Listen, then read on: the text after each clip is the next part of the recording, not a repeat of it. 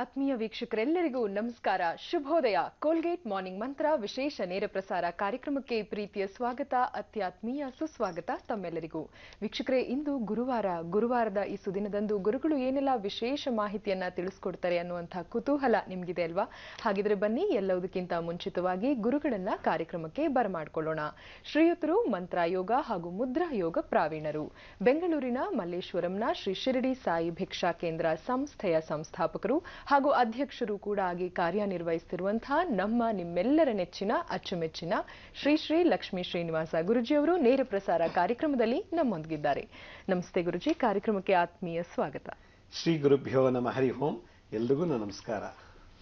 ವೀಕ್ಷಕರೇ, ಇದು ನೇರ ಪ್ರಸಾರ ಕಾರ್ಯಕ್ರಮ. ನೀವು ಕೂಡ ಕರೆ ಮಾಡಿ ನೇರ ಪ್ರಸಾರದಲ್ಲಿ ಪಾಲ್ಗೊಳ್ಳಬಹುದಾಗಿದೆ. ಅನಾರೋಗ್ಯದ ಸಮಸ್ಯೆಗಳಿಗೆ ಅತ್ಯಂತ ಪ್ರಭಾವಕಾರಿ ಮುದ್ರೆಗಳು ಹಾಗೂ ಮಂತ್ರಗಳ ಮುಖೇನ ನೀವು ಪರಿಹಾರವನ್ನ ನಿಮ್ಮದಾಗಿಸಿಕೊಳ್ಳಬಹುದು. ನೀವು ಕರೆ ಮಾಡಬೇಕಾದಂತಹ ಸಂಖ್ಯೆಗಳು 0804211999. ಬನ್ನಿ, ಈ ದಿನ ಏನೆಲ್ಲ ವಿಶೇಷತೆ ಇದೆ ಕಾರ್ಯಕ್ರಮದಲ್ಲಿ ಗುರುಗಳನ್ನ ಕೇಳೋಣ. ಗುರುಜಿ, ಇಂದು ಏನೆಲ್ಲ ತಿಳಿಸ್ಕೊಡ್ತೀರಾ? ಇವತ್ತಿನ ದಿವಸ ನಾನು ಬಹಳ ವಿಶೇಷವಾಗಿ ಮನುಷ್ಯನಿಗೆ ಈ ಪ್ರತಿಷ್ಠೆ ಅನ್ನೋದು ಬಹಳ ವಿಶೇಷವಾಗಿ ದಿನನಿತ್ಯ ತನ್ನ ಜೀವನ ಶೈಲಿಯಲ್ಲಿ ಯಾವಾಗಲೂ ಕಾಪಾಡ್ಕೊಂಡು ಬರ್ತಿರ್ತಾನೆ. ಕನ್ನಡದಕ್ಕೆ ಒಣಜಂಬ ಅಂತ ಕರೀತಾರೆ.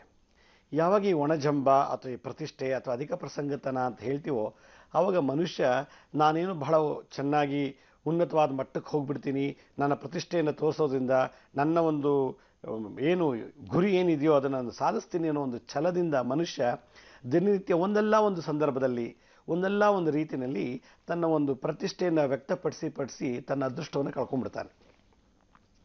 ಯಾವಾಗ ಒಂದು ಅದೃಷ್ಟವನ್ನು ಕಳ್ಕೊತಾನೋ ಹೋಗ್ತಾ ಅವನಿಗೇನಾಗುತ್ತೆ, ಮಾನಸಿಕವಾಗಿ ಖಿನ್ನತೆಯನ್ನು ಶುರುವಾಗ್ಬಿಡುತ್ತೆ. ಈ ಪ್ರತಿಷ್ಠೆ ಅಂದ್ರೇನು? ಆ ಪ್ರತಿಷ್ಠೆ ನಿಜವಾಗ್ಲೂ ನಮಗೆ ಸಕ್ಸಸ್ ಕೊಡುತ್ತಾ? ಆ ಪ್ರತಿಷ್ಠೆಯಿಂದ ನಮ್ಮ ನಿಜವಾಗ್ಲೂ ಜೀವನದಲ್ಲಿ ಒಳ್ಳೆ ಫಲ ಸಿಗುತ್ತಾ? ಹಾಗಿದ್ಮೇಲೆ ಆ ಪ್ರತಿಷ್ಠೆನ ನಾವು ಬೆಳೆಸ್ಕೋಬೇಕಾ ಅಥವಾ ನಮ್ಮ ಒಂದು ದಿನನಿತ್ಯದ ವ್ಯಕ್ತಿತ್ವದಲ್ಲಿ ಅದನ್ನು ನಾವು ತೆಗೆದುಹಾಕಬೇಕಾ ಅನ್ನೋದು ಭಾಳ ವಿಶೇಷವಾದಂಥ ಪ್ರಶ್ನೆ. ಈ ಸಂದರ್ಭದಲ್ಲಿ ನಾನು ಈ ಪ್ರತಿಷ್ಠೆ ಅಂದರೆ ಎಷ್ಟೋ ಜನಕ್ಕೆ ಗೊತ್ತಿಲ್ಲ, ಆದರೆ ನಾವು ಗಮನಿಸಿರ್ತೀವಿ.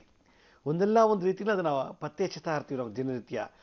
ಏನಪ್ಪ ಅವನು ಒಳ್ಳೆ ಹಂಗಾಡ್ತಾನ, ಅವನು ಏನೋ ಏನು ಜೋರ ಮೆರಿತಾನ ಅವನು, ಹಾಗೆ ಅಂತ ಎಲ್ಲೋ ಆಧುನಿಕವಾಗಿ ನಾವು ರೂಢ ಭಾಷೆಯಲ್ಲಿ ಹೇಳ್ತಾ ಇರ್ತೀವಿ. ಆದರೆ ಅದು ಹಿಂದೆ ಇರುವಂಥ ಒಂದು ಗಂಭೀರ, ಅದಿರತಕ್ಕಂಥ ಒಂದು ಸ್ವಾರಸ್ಯವನ್ನು, ಆ ಒಂದು ಅರ್ಥಗರ್ಭಿತವಾದಂಥ ಒಂದು ನಡವಳಿಕೆಯನ್ನು ನಾವು ಗಂಭೀರವಾಗಿ ಯೋಚನೆ ಮಾಡೋದಿಲ್ಲ. ಆ ಒಂದು ಪ್ರತಿಷ್ಠೆ ಅನ್ನೋದು ನಮ್ಮ ಸ್ಥಾನಮಾನಕ್ಕೆ ಭಾಳಷ್ಟು ಸಲ ಧಕ್ಕೆ, ಅಗೌರವ, ಅವಮಾನ, ನಿಂದನೆ, ಅಪಪ್ರಚಾರಕ್ಕೆ ಗುರಿ ಮಾಡಿಬಿಡುತ್ತೆ. ಹೀಗಾಗಿ ಯಾವಾಗ ವ್ಯಕ್ತಿ ತನ್ನ ಪ್ರತಿಷ್ಠೆಯನ್ನು ಜಾಸ್ತಿ ಮಾಡ್ಕೊಳ್ಳೋಕೆ ಹೋಗ್ತಾನೋ ಅವನು ಸಮಾಜದಲ್ಲಿ ಒಳ್ಳೆಯ ಹೆಸರು ತೊಗೊಳಕ್ಕೆ ಸಾಧ್ಯನೇ ಇಲ್ಲ. ಅದಕ್ಕೊಂದು ಸಣ್ಣ ಕತೆ ಹೇಳ್ತೀನಿ ನಾನು. ಏನಪ್ಪ ಇವರು ಪ್ರತಿಷ್ಠೆ ಅಂತ ಹೇಳ್ತಾರೆ ಅನ್ನೋದಕ್ಕೆ ಒಂದು ಸಣ್ಣ ಕತೆ. ನಾನು ಒಬ್ಬರು ವ್ಯಕ್ತಿ ಹೆಸರು ಹೇಳಕ್ಕೆ ಇಷ್ಟಪಡಲ್ಲ, ಆದರೆ ಆ ವ್ಯಕ್ತಿ ಸ್ಪೋರ್ಟ್ಸ್ಮ್ಯಾನ್, ಓಟಗಾರರಲ್ಲಿ ಅತ್ಯಂತ ಓಟಗಾರ ಅಂಥೇಳಿ ಇಂಟರ್ನ್ಯಾಷನಲಲ್ಲಿ ಒಳ್ಳೆ ಹೆಸರು ಮಾಡಿರೋಂಥ ಒಳ್ಳೆಯ ಸ್ಪೋರ್ಟ್ಸ್ಮ್ಯಾನ್. ಅವರು ಓಡೋದಲ್ಲಿ ಎಕ್ಸ್ಪರ್ಟ್. ಹೀಗೆ ಆ ಓಡಾಟದಲ್ಲಿ ತನ್ನ ಸಾಧನೆಯನ್ನು ಮಾಡಿ ಒಂದು ಒಳ್ಳೆಯ ಸ್ಥಾನವನ್ನು, ಗೌರವವನ್ನು ಪಡೆದಂಥ ವಿಖ್ಯಾತಿಯಾದಂಥ ಒಬ್ಬ ಓಟಗಾರ ಅವನು ಜೀವನದಲ್ಲಿ ಬಹಳಷ್ಟು ಸಾಧನೆ ಮಾಡಿ ಒಂದು ಲೆವೆಲ್ಗೆ ರೀಚ್ ಆಗಿದ್ದಾನೆ. ಆತನಿಗೆ ಎಷ್ಟೋ ಸಲ ಗೋಲ್ಡ್ ಮೆಡಲಂತೆ, ಸಿಲ್ವರ್ ಮೆಡಲು, ಹೀಗೆ ಹಲವಾರು ಪದಕಗಳು, ಬಹುಮಾನಗಳು, ನಗದು ರೂಪದಲ್ಲಿ ಬಹುಮಾನಗಳು ಎಲ್ಲ ಸಾಕಷ್ಟು ಬಂದಿದೆ. ಒಂದು ದಿವಸ ಆ ಓಟಗಾರ, ಆ ಸ್ಪೋರ್ಟ್ಸ್ಮ್ಯಾನು ಭಾಳ ದಣಿದಿದ್ರು, ಸಿಕ್ಕಾಪಟ್ಟೆ ಟಯರ್ಡ್ ಆಗಿತ್ತು. ಒಂದು ಸಲ ಮನೇಲಿ ಮಲ್ಕೊಂಡಿದ್ದಾರೆ. ಮಧ್ಯರಾತ್ರಿನಲ್ಲಿ ಗಾಢವಾಗಿ ನಿದ್ದೆ ಬರ್ತಿದೆ. ಅವತ್ತು ಅವ್ರ ಮನೆ ಡೋರ್ ಲಾಕ್ ಮಾಡಿದ್ರು ಏನೋ ಗೊತ್ತಾಗಿಲ್ಲ. ಒಬ್ಬ ಕಳ್ಳ ನುಗ್ಗಿಬಿಟ್ಟಿದ್ದಾನೆ. ಆ ಕಳ್ಳ ಬಹಳ ದಿನದಿಂದ ಯೋಚನೆ ಮಾಡ್ತಿದ್ದೆ, ಇವ್ರ ಮನೇಲಿ ಹೋಗ್ಬೇಕು, ಏನೋ ಕದಿಬೇಕು ಅಂತ. ಆದರೆ ಅವನಿಗೆ ಸಮಯ ಸಿಕ್ಕಿರಲಿಲ್ಲ. ಆ ಕಳ್ಳನ ಅದೃಷ್ಟವೋ ಏನೋ ಅವತ್ತು ಈ ಸ್ಪೋರ್ಟ್ಸ್ಮ್ಯಾನು ಬಾಗಿಲು ಹಾಕ್ಕೊಳ್ಳೋದೇ ಹಂಗೆ ಮಲಗಿಬಿಟ್ಟಿದ್ದಾರೆ, ಸುಸ್ತಾಗಿ ಗಾಢವಾಗಿ ನಿದ್ದೆ ಬರ್ತಿದೆ. ಕಳ್ಳ ಉಪಹಾಯ ಮಾಡಿ ಹೋಗಿ ನೋಡಿದ್ದಾನೆ, ಬಾಗಿಲು ಓಪನ್ ಮಾಡೋ ಅವಕಾಶ ಸಿಕ್ತು, ಸದ್ದಿಲ್ಲದೆ ಹೋಗ್ಬಿಟ್ಟು ಅವನು ಕೊಟ್ಟಂಥ ಚಿನ್ನದ ಪದಕ, ಬೆಳ್ಳಿ ಪದಕಗಳು, ಇನ್ನು ಹಲವಾರು ಬಹುಮಾನಗಳು ಏನಿದೆಯೋ ಎಲ್ಲ ತುಂಬ್ಕೊಂಡು ಬ್ಯಾಗಿಗೆ ರೆಡಿ ಆಗಿದ್ದಾನೆ. ಇನ್ನೇನು ತೊಗೊಂಡು ಓಡಬೇಕು, ಮನೆಯಿಂದ ಹೊರಗೆ ಹೋಗಬೇಕು ಅಂದ ತಕ್ಷಣ ಈ ಸ್ಪೋರ್ಟ್ಸ್ಮ್ಯಾನ್ಗೆ ಎಚ್ಚರ ಆಗಿಬಿಡುತ್ತೆ. ಎಚ್ಚರ ಆದ ತಕ್ಷಣ ಅವನು ಯಾರೋ ನಮ್ಮ ಮನೆಗೆ ಬಂದು ಏನೋ ಮಾಡ್ತಿದ್ದಾರಲ್ಲ ಅಂತೇಳಿ ಸದ್ದು ನೋಡಿಬಿಟ್ಟು ಆ ಶಬ್ದ ಕೇಳಿ ಕಣ್ಬಿಟ್ಟು ನೋಡ್ತಾನೆ. ಒಬ್ಬ ಕಳ್ಳ ಆಗಲೇ ಪ್ಯಾಕ್ ಮಾಡ್ಕೊಂಡು ಹೊರಡ್ತಾ ಇದ್ದಾನೆ. ಯಾರಯ್ಯ ನೀನು ಅಂತ ಎದ್ದು ಸ್ಪೋರ್ಟ್ಸ್ಮ್ಯಾನ್ ಕೇಳಿದ ತಕ್ಷಣ ನಾನೊಬ್ಬ ಕಳ್ಳ ಅಂತಾನು. ಕಳ್ಳ ಅಂದ ತಕ್ಷಣ ಇಲ್ಲಿ ಏನಕ್ಕೆ ಬಂದಿದ್ಯಾ ಅಂದರೆ ನಾನು ನಿಮ್ಮ ಐಟಮ್ಸ್ ಎಲ್ಲ ತುಂಬಿಕೊಂಡು ಕದಿಯಕ್ಕೆ ಬಂದಿದ್ದೀನಿ ಅಂತ ಹೇಳ್ತಾನೆ. ಆಗ ಅವನೇನು ಹೌದಾ ಅಂದ್ಬಿಟ್ಟು ಹಿಡಿಯೋಕ್ಕಂತ ಹೋಗ್ತಾನೆ. ಚಕ್ಕಂತ ಕಳ್ಳ ಬಾಗಿಲಿಂದ ಹಾರಿಬಿಟ್ಟು ಹೊರಡ್ಬಿಡ್ತಾನೆ. ಯಾವಾಗ ಇವ್ನು ಓಡಕ್ಕೆ ಹೋದ್ನೋ ಶುರು ಮಾಡೋದ್ನೋ ಈ ಸ್ಪೋರ್ಟ್ಸ್ ಮ್ಯಾನ್ ಕೂಡ ಚೆನ್ನಾಗಿ, ಯಾಕೆ ನೀವು ಹೇಳಿ ಕೇಳಿ ದೊಡ್ಡ ಓಟಗಾರ, ಚೆನ್ನಾಗಿ ಓಡೋದಿಲ್ಲ, ರನ್ನಿಂಗ್ ರೇಸಲ್ಲಿ ಎಕ್ಸ್ಪರ್ಟ್ ಇವರು. ಏನು ಮಾಡ್ತಾರೆ, ನಾನು ಕಳ್ಳೆ ಹಿಡಿಬೇಕು ಅಂತೇಳಿ ಇವು ಬಹಳ ಫಾಸ್ಟಾಗಿ ಓಡ್ತಾರೆ.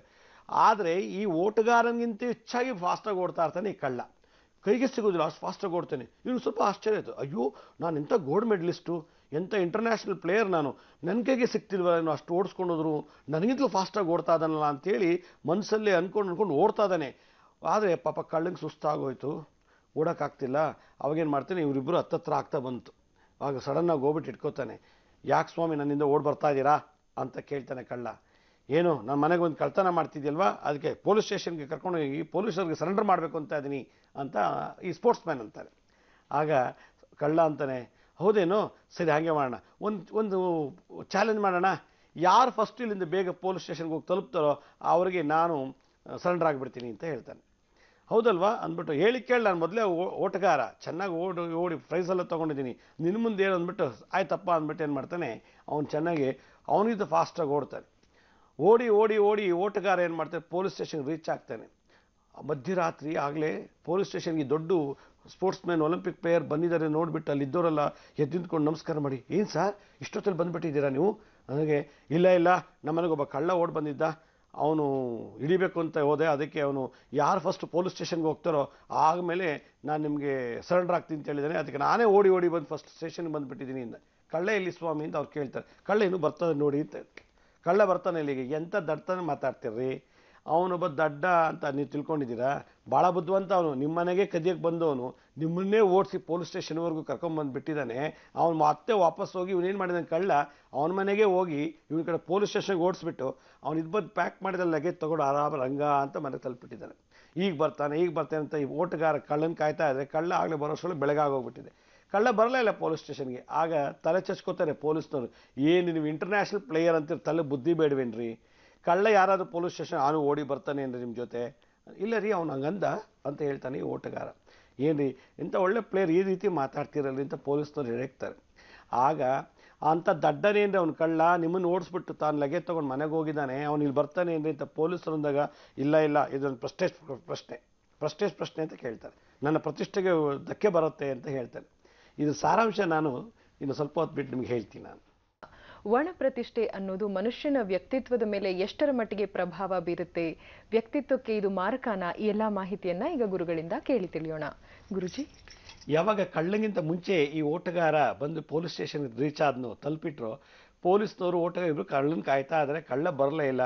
ಈ ಕಳ್ಳ ಬುದ್ಧಿವಂತ ಇವನು ಪೊಲೀಸ್ ಸ್ಟೇಷನ್ಗೆ ಕಳಿಸ್ಬಿಟ್ಟು ಅವ್ನು ಲಗೇಜ್ ಎಲ್ಲ ತೊಗೊಂಡು ಆರಾಮ ಮನೆಗೆ ಸೇರಿಕೊಂಡ.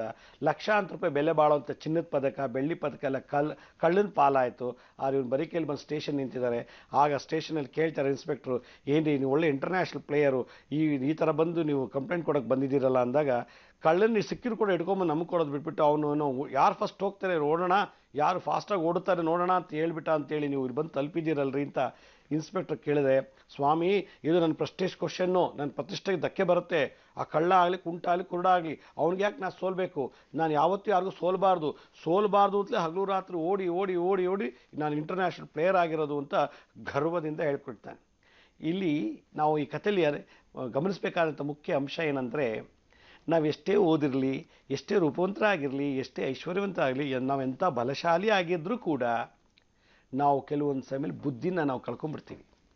ನೋಡಿ, ಎದುರಿಗೆ ಸಿಕ್ತಂಥ ಕಳ್ಳನ ಹಿಡ್ಕೊಂಬಂದು ಸೀದಾ ಕರ್ಕೊಂಬಂದು ಪೊಲೀಸ್ ಸ್ಟೇಷನ್ ಕೊಡೋದು ಬಿಟ್ಬಿಟ್ಟು, ಆ ಕಳ್ಳ ನೀವು ಫಸ್ಟು ನಾನು ಹೋಗ್ತೀನ ನೀವು ಹೋಗ್ತೀನ ಪೊಲೀಸ್ ಸ್ಟೇಷನ್ಗೆ ನೋಡೋಣ ಅಂತ ಹೇಳ್ಬಿಟ್ಟಾನಕ್ಕೋಸ್ಕರವಾಗಿ ಅವನೇನು ಮಾಡ್ತಾರೆ, ಕಳ್ಳನೇ ಬಿಟ್ಬಿಡ್ತಾರೆ. ಇಲ್ಲಿ ನನ್ನ ಪ್ರೆಸ್ಟೇಜು, ನಾನು ಯಾಕೆ ಸೋಲ್ಬೇಕು, ಓಡೋದಲ್ಲಿ ನಾನು ಯಾಕೆ ಕಮ್ಮಿ ಅನ್ನೋದನ್ನು ತೋರಿಸ್ಕೊಡ್ಬಾರ್ದು ಅನ್ನೋದನ್ನು ಭಾಳ ಚೆನ್ನಾಗಿ ಈ ಆಟಗಾರ ಅಲ್ಲಿ ತೋರಿಸ್ಕೊಡ್ತಾರೆ. ಆದರೆ ಕಳ್ಕೊಂಡಿದ್ದೇನು, ಚಿನ್ನ ಮತ್ತು ಬೆಳ್ಳಿ ಪದಕಗಳನ್ನು. ಪೊಲೀಸರು ಇದೆಲ್ಲ ಅವ್ರಿಗೆ ವರ್ಣನೆ ಮಾಡ್ತಾರೆ, ತಿಳುವಳಿಕೆ ಕೊಡ್ತಾರೆ. ಆಗ ಜ್ಞಾನೋದಯ ಆಗುತ್ತೆ ಈ ಓಟಗಾರನಿಗೆ, ಎಂಥ ಕೆಲಸ ಮಾಡಿಬಿಟ್ಟೆ ನಾನು ಯಾಕೆ ಸೋಲ್ಬಾರ್ದು ಅನ್ನೋದು, ಮತ್ತು ನನ್ನ ಪ್ರತಿಷ್ಠೆಗೆ ಧಕ್ಕೆ ಬರುತ್ತಲ್ಲ ಅನ್ನೋ ಒಂದು ಎರಡು ಪಾಯಿಂಟ್ಸಲ್ಲಿ ಕಳ್ಳನ ಬಿಟ್ಬಿಟ್ಟೆ, ಮತ್ತು ಲಕ್ಷಾಂತರ ರೂಪಾಯಿ ದುಡ್ಡು ಹೋಯ್ತಲ್ಲ ಅಂತ ಯೋಚನೆ ಮಾಡ್ತಾರೆ. ಹೀಗೆ ನಾನು ಇನ್ನೊಂದು ಸಲ ಯಾವುದೋ ಮನೆಗೆ ವರಮಹಾಲಕ್ಷ್ಮಿ ಹಬ್ಬದ ಟೈಮಲ್ಲಿ ಶ್ರಾವಣ ಮಾಸದಲ್ಲಿ ನನ್ನನ್ನು ಪೂಜೆ ಕರೆದಿದ್ರು. ಅವ್ರ ಮನೆ ಪೂಜೆಗೆ ಹೋದಾಗ ಅಲ್ಲಿ ಆ ಪೂಜೆ ಒಂದು ಆ ಸೆನ್ಸು, ಆ ವೈಬ್ರೇಷನ್ನೇ ಬರಲಿಲ್ಲ. ಯಾಕೆಂದರೆ ಅಲ್ಲಿ ಆ ಕಳಶಕ್ಕೆಲ್ಲ ಜೋರಾಗಿ ಅಲಂಕಾರ ಮಾಡಿ, ಏನು ಡೆಕೋರೇಷನ್ ಎಲ್ಲ ಮಾಡಿ, ಲೈಟೆಲ್ಲ ಹಾಕಿ ಏನೇನೋ ಜೋರಾಗಿ ಮಾಡಿದರೆ ಅಲ್ಲಿ ಒಂದು ಪೂಜೆಯ ಒಂದು ಪವಿತ್ರತೆಯೇ ನನಗೆ ಕಾಣಲಿಲ್ಲ. ಬರೀ ಶೋ, ವಿಜೃಂಭಣೆಯಿಂದ ಒಂದು ಆಡಂಬರ ಇತ್ತು. ಯಾಕೆ ಇಷ್ಟೆಲ್ಲ ಜೋರ ಮಾಡಿದ್ದೀರಾ ಅಂತಂದರೆ, ನಮ್ಮನೆ ಪಕ್ಕದ ಮನೆಯವರು ಕೂಡ ತುಂಬ ಚೆನ್ನಾಗಿ ಮಾಡ್ತಾರೆ, ನಾವು ಯಾಕೆ ಅವ್ರಿಗಿಂತ ಕಮ್ಮಿ ಮಾಡಬೇಕು ಅಂತ ನೋಡಿ 50,000 ರೂಪಾಯಿ ಖರ್ಚು ಮಾಡಿ ಎಲ್ಲ ಮಾಡಿದ್ದೀವಿ ಅಂತ ನನಗೆ ಎಕ್ಸ್ಪ್ಲೇನ್ ಮಾಡಿದ್ರು. ಇದು ಅಲ್ಲಿ ತಂದಿದ್ದು, ಈ ಗುರುವಾರ ಹೋಗಿ ನಕ್ಲೆಸ್ ತಂದ್ವಿ, ಮಡ್ರಾಸ್ಗೆ ಹೋಗಿ ಕಿವಿಗೆ ಹಾಕೋ ಓಲೆ ತಂದ್ವಿ, ನೋಡಿ ಕಳಶಾಲ ಅಲ್ಲಿದು ಇಲ್ಲಿದು ಅಂತೆಲ್ಲ. ಇದೆಲ್ಲ ಬೇಕಾಗಿತ್ತ ಲಕ್ಷ್ಮಿಗೆ? ಪ್ರೀತಿಯಿಂದ ಶ್ರದ್ಧೆಯಿಂದ ಪೂಜೆ ಮಾಡಬೇಕು, ಇವೆಲ್ಲ ಬೇಡವಾ ಅಂತ ನಾನು ಹೇಳಿದಾಗ ಅವ್ರು ಹೇಳಿದ್ರು, ಪಕ್ಕದ ಮೇಲೆ ಜೋರ ಮಾಡ್ತಾರಲ್ಲ, ನಾವ್ಯಾಕೆ ಕಮ್ಮಿ ಮಾಡಬೇಕು? ಜೋರಾಗಿ ಅಲಂಕಾರ ಮಾಡಿ ವಿಜೃಂಭಣೆಯಿಂದ ಮಾಡಿದ್ದಾರೆ, 100 ಜನ ಕರೆದು ಊಟ ಹಾಕಿದ್ದಾರೆ. ಅಕಸ್ಮಾತ್ ಅವ್ರೇನೋ ಪೂಜೆ ಏನಾದರೂ ಕಮ್ಮಿ ಮಾಡಿಬಿಟ್ರೆ, ಊಟ ಹಾಕೋದ್ರಲ್ಲಿ ಕಮ್ಮಿ ಮಾಡಿಬಿಟ್ರೆ ನಮ್ಮ ಪ್ರೆಸ್ಟೇಜ್ ಹೋಗುತ್ತಲ್ಲ, ನಮ್ಮ ಸ್ಥಾನಮಾನಕ್ಕೆ ಧಕ್ಕೆ ಆಗುತ್ತಲ್ಲ ಅನ್ನೋ ಒಂದು ಪ್ರತಿಷ್ಠೆ ಮೇಲೆ ಪೂಜೆಗಳು ವ್ರತಗಳು ಇವತ್ತು ನಡೀತಾ ಇದೆ ಜಗತ್ತಲ್ಲಿ. ಈ ಒಣ ಪ್ರತಿಷ್ಠೆ ಮೇಲೆ ಇವತ್ತು ಎಷ್ಟೋ ಸಂಸಾರ ನಡೀತಾ ಇದೆ, ಒಣ ಪ್ರತಿಷ್ಠೆ ಮೇಲೆ ಎಷ್ಟೋ ಕೆಲಸಗಳು ಕಾರ್ಯಗಳು ನಡೀತಾ ಇದೆ. ಆದರೆ ಈ ಒಣ ಪ್ರತಿಷ್ಠೆ ಅನ್ನೋದ್ರ ಮೇಲೆ ನಡೆಯುತ್ತಲ್ಲ, ಆ ಪ್ರತಿಷ್ಠೆ ಮತ್ತು ನಾನು ಯಾಕೆ ಸೋಲ್ಬೇಕು, ನಾನು ಸೋಲ್ಬಾರ್ದು ಅನ್ನೋ ಒಂದು ಛಲ, ಆ ಒಂದು ಗರ್ವ, ಆ ಒಂದು ಅಹಂಕಾರ ಇದೆಯಲ್ಲ, ಇದರಿಂದ ಮನುಷ್ಯನಿಗೆ ಫಲ ಸಿಗೋದಿಲ್ಲ, ರಿಸಲ್ಟ್ ಬರೋದಿಲ್ಲ, ಸಕ್ಸಸ್ ಆಗೋದಿಲ್ಲ. ಆದ್ದರಿಂದ ಇದಕ್ಕೆಲ್ಲ ಮೂಲ ಕಾರಣ ನಮ್ಮ ಪಿತ್ತಕೋಶ. ಪಿತ್ತಕೋಶದಲ್ಲಿ ಬುಧ ಕಂಟ್ರೋಲ್ ಮಾಡ್ತಾರೆ. ಬುಧ ಬುದ್ಧಿಕಾರಕ. ಆ ಬುಧ ಸರಿಯಾಗಿ ತಿಳುವಳಿಕೆಯನ್ನು ಉಪಯೋಗಿಸ್ಕೊಳ್ಳೋ ರೀತಿ ನಡೆಸ್ಕೊಳ್ಳಿಲ್ಲ ಅಂದರೆ, ಈ ಸ್ಪೋರ್ಟ್ಸ್ ಮ್ಯಾನ್ ಹೋಗಿ ನೋಡಿ, ದಡ್ಡನಾಗಿ ಹೋಗಿ ಪೊಲೀಸ್ ಸ್ಟೇಷನ್ಗೆ ಓಡೋಗಿ ಕಳ್ಳನ ಬಿಟ್ಬಿಟ್ಟು ತಾನೇ ಫಸ್ಟ್ ಹೋಗಿದ್ದೀನಿ ಅಂತೇಳಿ ಹೇಳ್ಕೊಡ್ತಾನಲ್ಲ, ಆ ರೀತಿ ಆಗುತ್ತೆ ನಮ್ಮ ಬಾಳಲ್ಲ. ಆದ್ದರಿಂದ ಈ ಪಿತ್ತಕೋಶಕ್ಕೆ ಸಂಬಂಧಪಟ್ಟಂಥದ್ದು ಏನಾದರೂ ಇನ್ಫೆಕ್ಷನ್ಸ್ ಇದ್ದರೆ, ಅಥವಾ ಪಿತ್ತಕೋಶನೂ ಸರಿಯಾಗಿ ಕಂಟ್ರೋಲ್ ಮಾಡಲಿಲ್ಲ, ಯೋಗ ಜಪ ತಪ ಮುದ್ರೆಗಳಿಂದ ನಾವು ಮಾಡಲಿಲ್ಲ ಅಂದರೆ ವನ ಪ್ರತಿಷ್ಠೆ ಜಾಸ್ತಿ ಆಗುತ್ತೆ. ಜಟ್ಟಿ ಕೆಳಗೆ ಬಿದ್ದರೂ ಮೀಸೆ ಮಣ್ಣಾಗಲಿಲ್ಲ ಅಂತ ಕನ್ನಡದ ಒಂದು ಗಾದೆ ಇದೆ. ಹಾಗೆ ಕೆಲವರು ಎಷ್ಟೇ ಸೋತಿದ್ರು ಕೂಡ ನಾನು ಸೋಲೇ ಇಲ್ಲ ಅಂತ, ಕೆಲವರು ನಾನು ಚೆನ್ನಾಗಿ ಓದಿದ್ದೀನಿ ಅಂಥೇಳಿ ಚೆನ್ನಾಗಿ ಓದಿದ್ದೀನಿ ಅಂತ ಮೆರೀತಾರೆ, ಅದು ಎಲ್ಲೋ ಒಂದು ಸಣ್ಣ ಒಂದು ತಪ್ಪಲ್ಲಿ ಸಿಕ್ಕಾಕೊಂಡ್ಬಿಡ್ತಾರೆ. ನಾನು ಚೆನ್ನಾಗಿ ಮಾತಾಡ್ತೀನಿ ಅಂತೇಳಿ ಕೆಲವ್ರಿಗೆ ಎಲ್ಲೋ ಒಂದು ಕಡೆ ಸಣ್ಣ ಕೆಟ್ಟ ಮಾತಾಡಿ ಸಿಕ್ಕಾಕೊಂಡ್ಬಿಡ್ತಾರೆ. ಪ್ರತಿಷ್ಠೆ, ನಾನೇನು ಕಮ್ಮಿ ಇದ್ದೀನಿ, ನಾನು ಯಾವುದು ಕಮ್ಮಿ, ನಾನು ಸೋಲೋರೇ ಇಲ್ಲ, ನನ್ನ ಯಾರು ಸೋಲಿಸಲೇಬಾರ್ದು ಅನ್ನೋ ಒಂದು ಎಲ್ಲೋ ಒಂದು ಕಡೆ ಆ ಗರ್ವ, ಆ ಒಂದು ಗರ್ವ ಮನುಷ್ಯನ ಹಾಳು ಮಾಡಿಬಿಡುತ್ತೆ.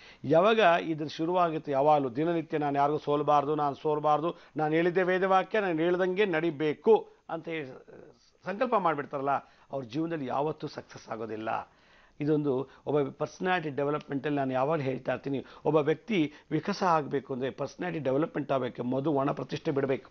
ಆ ಪ್ರತಿಷ್ಠೆ ಬಿಟ್ಟಾಗ, ನಾನು ಅನ್ನೋದು ಬಿಟ್ಟಾಗ, ನನಗೆ ಸೋಲು ಬರಬಾರ್ದು, ನನಗೋಸ್ಕರ ಇದು ದಕ್ಕಬೇಕು ಅನ್ನೋದು ಏನು ಬಂದಾಗ ಮುಂದೆ ಬರೋ ಅದೃಷ್ಟವನ್ನು ಕಳ್ಕೊಂಡ್ಬಿಡ್ತಾರೆ.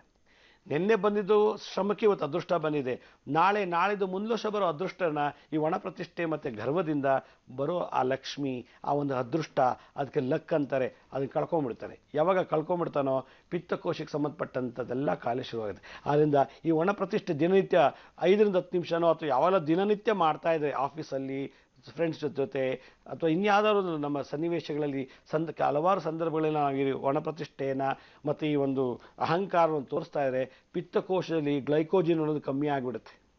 ಯಾವಾಗ ಗ್ಲೈಕೋಜನ್ ಈಚೆ ಬಂತು, ಅದು ಗ್ಲುಕೋಸಾಗಿ ಕನ್ವರ್ಟ್ ಆಗಿಬಿಡುತ್ತೆ. ಗ್ಲುಕೋಸಾಗಿ ಯಾವಾಗ ಕನ್ವರ್ಟ್ ಆಯಿತು, ಎಲ್ಲ ರಕ್ತದಿಂದ ಅದೇನಾಗುತ್ತೆ, ಶರೀರ ಪೂರ್ತಿ ಸಕ್ಕರೆ ಅಂಶಕ್ಕೆ ಸೇರಿಕೊಳ್ಳುತ್ತೆ.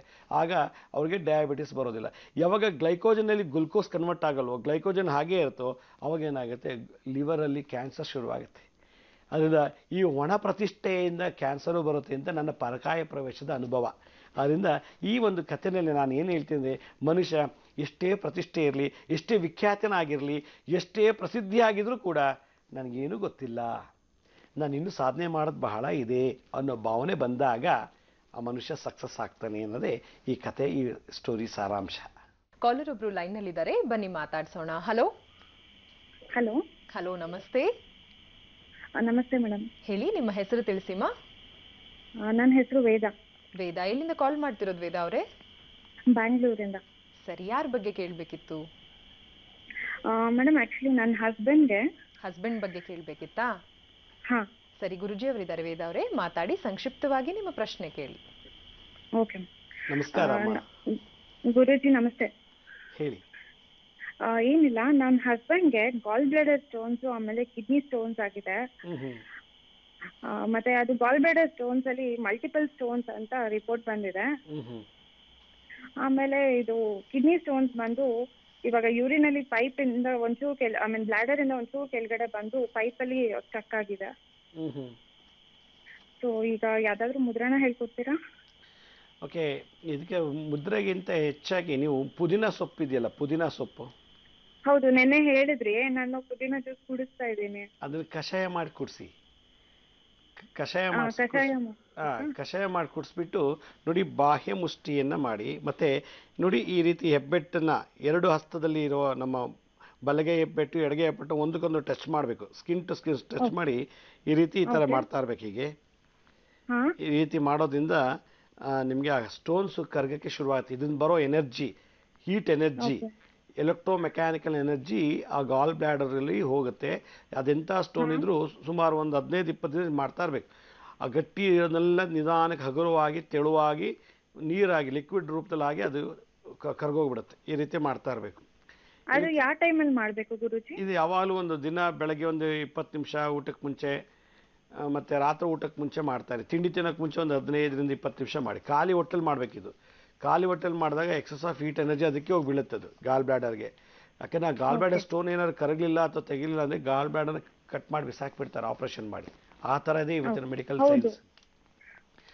ಅದಕ್ಕೆ ಭಯ ಪಡ್ಕೊಂಡು ಆಯುರ್ವೇದಿಕ್ ಅಲ್ಲಿ ಸ್ಟೋನ್ ಇಲ್ಲ ನಾವು ಒಂದು ಟ್ಯಾಬ್ಲೆಟ್ ತಗೊಂತಾನೆ ಇದ್ದಾರೆ. ಅದು ನಿನ್ನೆ ಕೂಡ ಅವ್ರಿಗೆ ನೋವು ಕಾಣಿಸ್ಕೊಳ್ತು. ಇದಾಗ್ಲೇ 2ನೇ ಸತಿ ಅವ್ರಿಗೆ ನೋವು ಕಾಣಿಸ್ಕೊಂಡಿದೆ. ಫುಲ್ಲು ಡಯಟ್ ಅಲ್ಲಿ ಇದ್ದಾರೆ, ಏನೂ ತಿಂತಿಲ್ಲ. ಅದೇ ಯಾಕೆಂದರೆ ಈಗ ಮೆಡಿಕಲ್ ಸೈನ್ಸಲ್ಲಿ ಗಾಲ್ ಬ್ಲ್ಯಾಡರ್ ಸ್ಟೋನ್ ಇದ್ರೆ ಅದನ್ನು ತೆಗಿಬೇಕು ಅನ್ನೋದು ಇದಿಲ್ಲ. ಅದನ್ನೇ ಗಾಲ್ ಬ್ಲ್ಯಾಡರ್ನ ಕಟ್ ಮಾಡಿ ಬಿಸಾಕ್ಬಿಡ್ತಾರೆ. ಅದರಿಂದ ಆ ರೀತಿ ಆಗೋದು ಬೇಡ. ಇದನ್ನು ಚೆನ್ನಾಗಿ ಮಾಡಿ.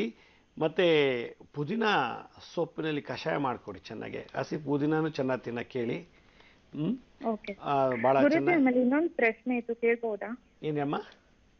ಏನಿಲ್ಲ, ನಾನು ಆಕ್ಚುಲಿ ನಾನು ಸ್ವಲ್ಪ ದಪ್ಪ ಇದ್ದೀನಿ. ಈಗ ನನ್ನ ಏಜ್ ಬಂದು 25. ನಾನು ಹೊಟ್ಟೆಯಿಂದ ಕೆಳಭಾಗದಿಂದ ಫುಲ್ ಹಿಪ್ಸ್ ನಂಗೆ ತುಂಬಾ ಜಾಸ್ತಿ ಇದೆ. ನಾನು ಸಣ್ಣ ಆಗ್ಲಿಕ್ಕೆ ತುಂಬಾ ಡಯಟ್, ವಾಕಿಂಗ್, ಎಕ್ಸರ್ಸೈಸ್ ಏನೇನೋ ಟ್ರೈ ಮಾಡ್ತಿದ್ದೀನಿ, ಬಟ್ ಸಣ್ಣ ಆಗ್ತಿಲ್ಲ. ನೋಡಿ, ಅದಕ್ಕೆ ಮಹಾಸೂರ್ಯ ಮುದ್ರಾ, ಸೂರ್ಯ ಮುದ್ರೆಯಲ್ಲಿ ಮಹಾಸೂರ್ಯ ಮುದ್ರಾ ಅಂತ ನಮ್ಮ 2 ಹಸ್ತದಲ್ಲೂ ಕಿರು ಬೆರಳಿನ ಪಕ್ಕದಲ್ಲಿರೋ ಉಂಗುರದ ಬೆರಳು ಮತ್ತು ಮಧ್ಯದ ಬೆರಳನ್ನು ಸೇರಿಸಿ ಶುಕ್ರ ಪರ್ವದ ಮೇಲೆ ಇಟ್ಟು ಹಿಂಗೆ ಪ್ರೆಸ್ ಮಾಡಿಬಿಟ್ಟು 2 ಕೈಯಲ್ಲಿ ಮುದ್ರೆ ಧಾರಣೆ ಮಾಡಿದ್ರೆ ಇದು ಸೂರ್ಯ ಮುದ್ರೆ. ಬರೀ ಉಂಗುರದ ಬೆರಳನ್ನ ಪ್ರೆಸ್ ಮಾಡಿದ್ರೆ ಸೂರ್ಯ ಮುದ್ರೆ. ಈ ಪಕ್ಕದ ಆಕಾಶ ತತ್ವವನ್ನು ಸೇರಿಸಿ ಪ್ರೆಸ್ ಮಾಡಿಬಿಟ್ರೆ ಇದಕ್ಕೆ ಮಹಾಸೂರ್ಯ ಮುದ್ರಾ ಅಂತಲೂ ಕರೀತಾರೆ. ಇದನ್ನು ಮಾಡಿದ್ರೆ ಎಂಥ ಫ್ಯಾಟ್ ಇದ್ರೂ ಕಿಬ್ಬೊಟ್ಟೊಳಗೆ ಕೆಳಗಿರೋ ಫ್ಯಾಟ್ ಎಲ್ಲ ಬರ್ನ್ ಆಗುತ್ತೆ. ಒಂದು ಮಿನಿಮಮ್ 25-30 ದಿವಸ, 1 ಮಂತ್ ಮಾಡಿ ಕಂಪ್ಲೀಟಾಗಿ ಕ್ಯೂರ್ ಆಗುತ್ತೆ. ಇದನ್ನ ಅದನ್ನ ಮಾಡಿ ವಾಕ್ ಮಾಡುವಾಗ, ಮಲ್ಕೊಂಡಿದ್ದಾಗ, ಕೂತಾಗೆಲ್ಲ ಮಾಡ್ತಾ ಇರಿ. ಖಂಡಿತ ಇದು ನಿಮಗೆ ಫ್ಯಾಟ್ ಎಲ್ಲ ಬರ್ನ್ ಆಗುತ್ತೆ. ಇದು ನಾವು ಹೊರಗಡೆ ಆಗಿರ್ತೀವಲ್ಲ ಪೀರಿಯಡ್ಸ್, ಅವಾಗ್ಲೂ ಕೂಡ ಮಾಡ್ಬೋದಾ? ತಪ್ಪಾಗಲ್ವಾ ಅವಾಗ? ತಪ್ಪಾಗೋದಿಲ್ಲ, ಅವಾಗೇನೂ ಆಗೋದಿಲ್ಲ, ಮಾಡ್ಬೋದು. ಮಂತ್ರ ಮಾತ್ರ ಹೇಳೋದು ಬೇಡ. ಮೆನ್ಸಸ್ ಪೀರಿಯಡ್ನಲ್ಲಿ ಮಂತ್ರ ಹೇಳೋದು ಬೇಡ. ಓಂ ಭಾಸ್ಕರಾಯ ನಮಃ, ಓಂ ಭಾಸ್ಕರಾಯ ನಮಃ ಅಂತೇಳಿ.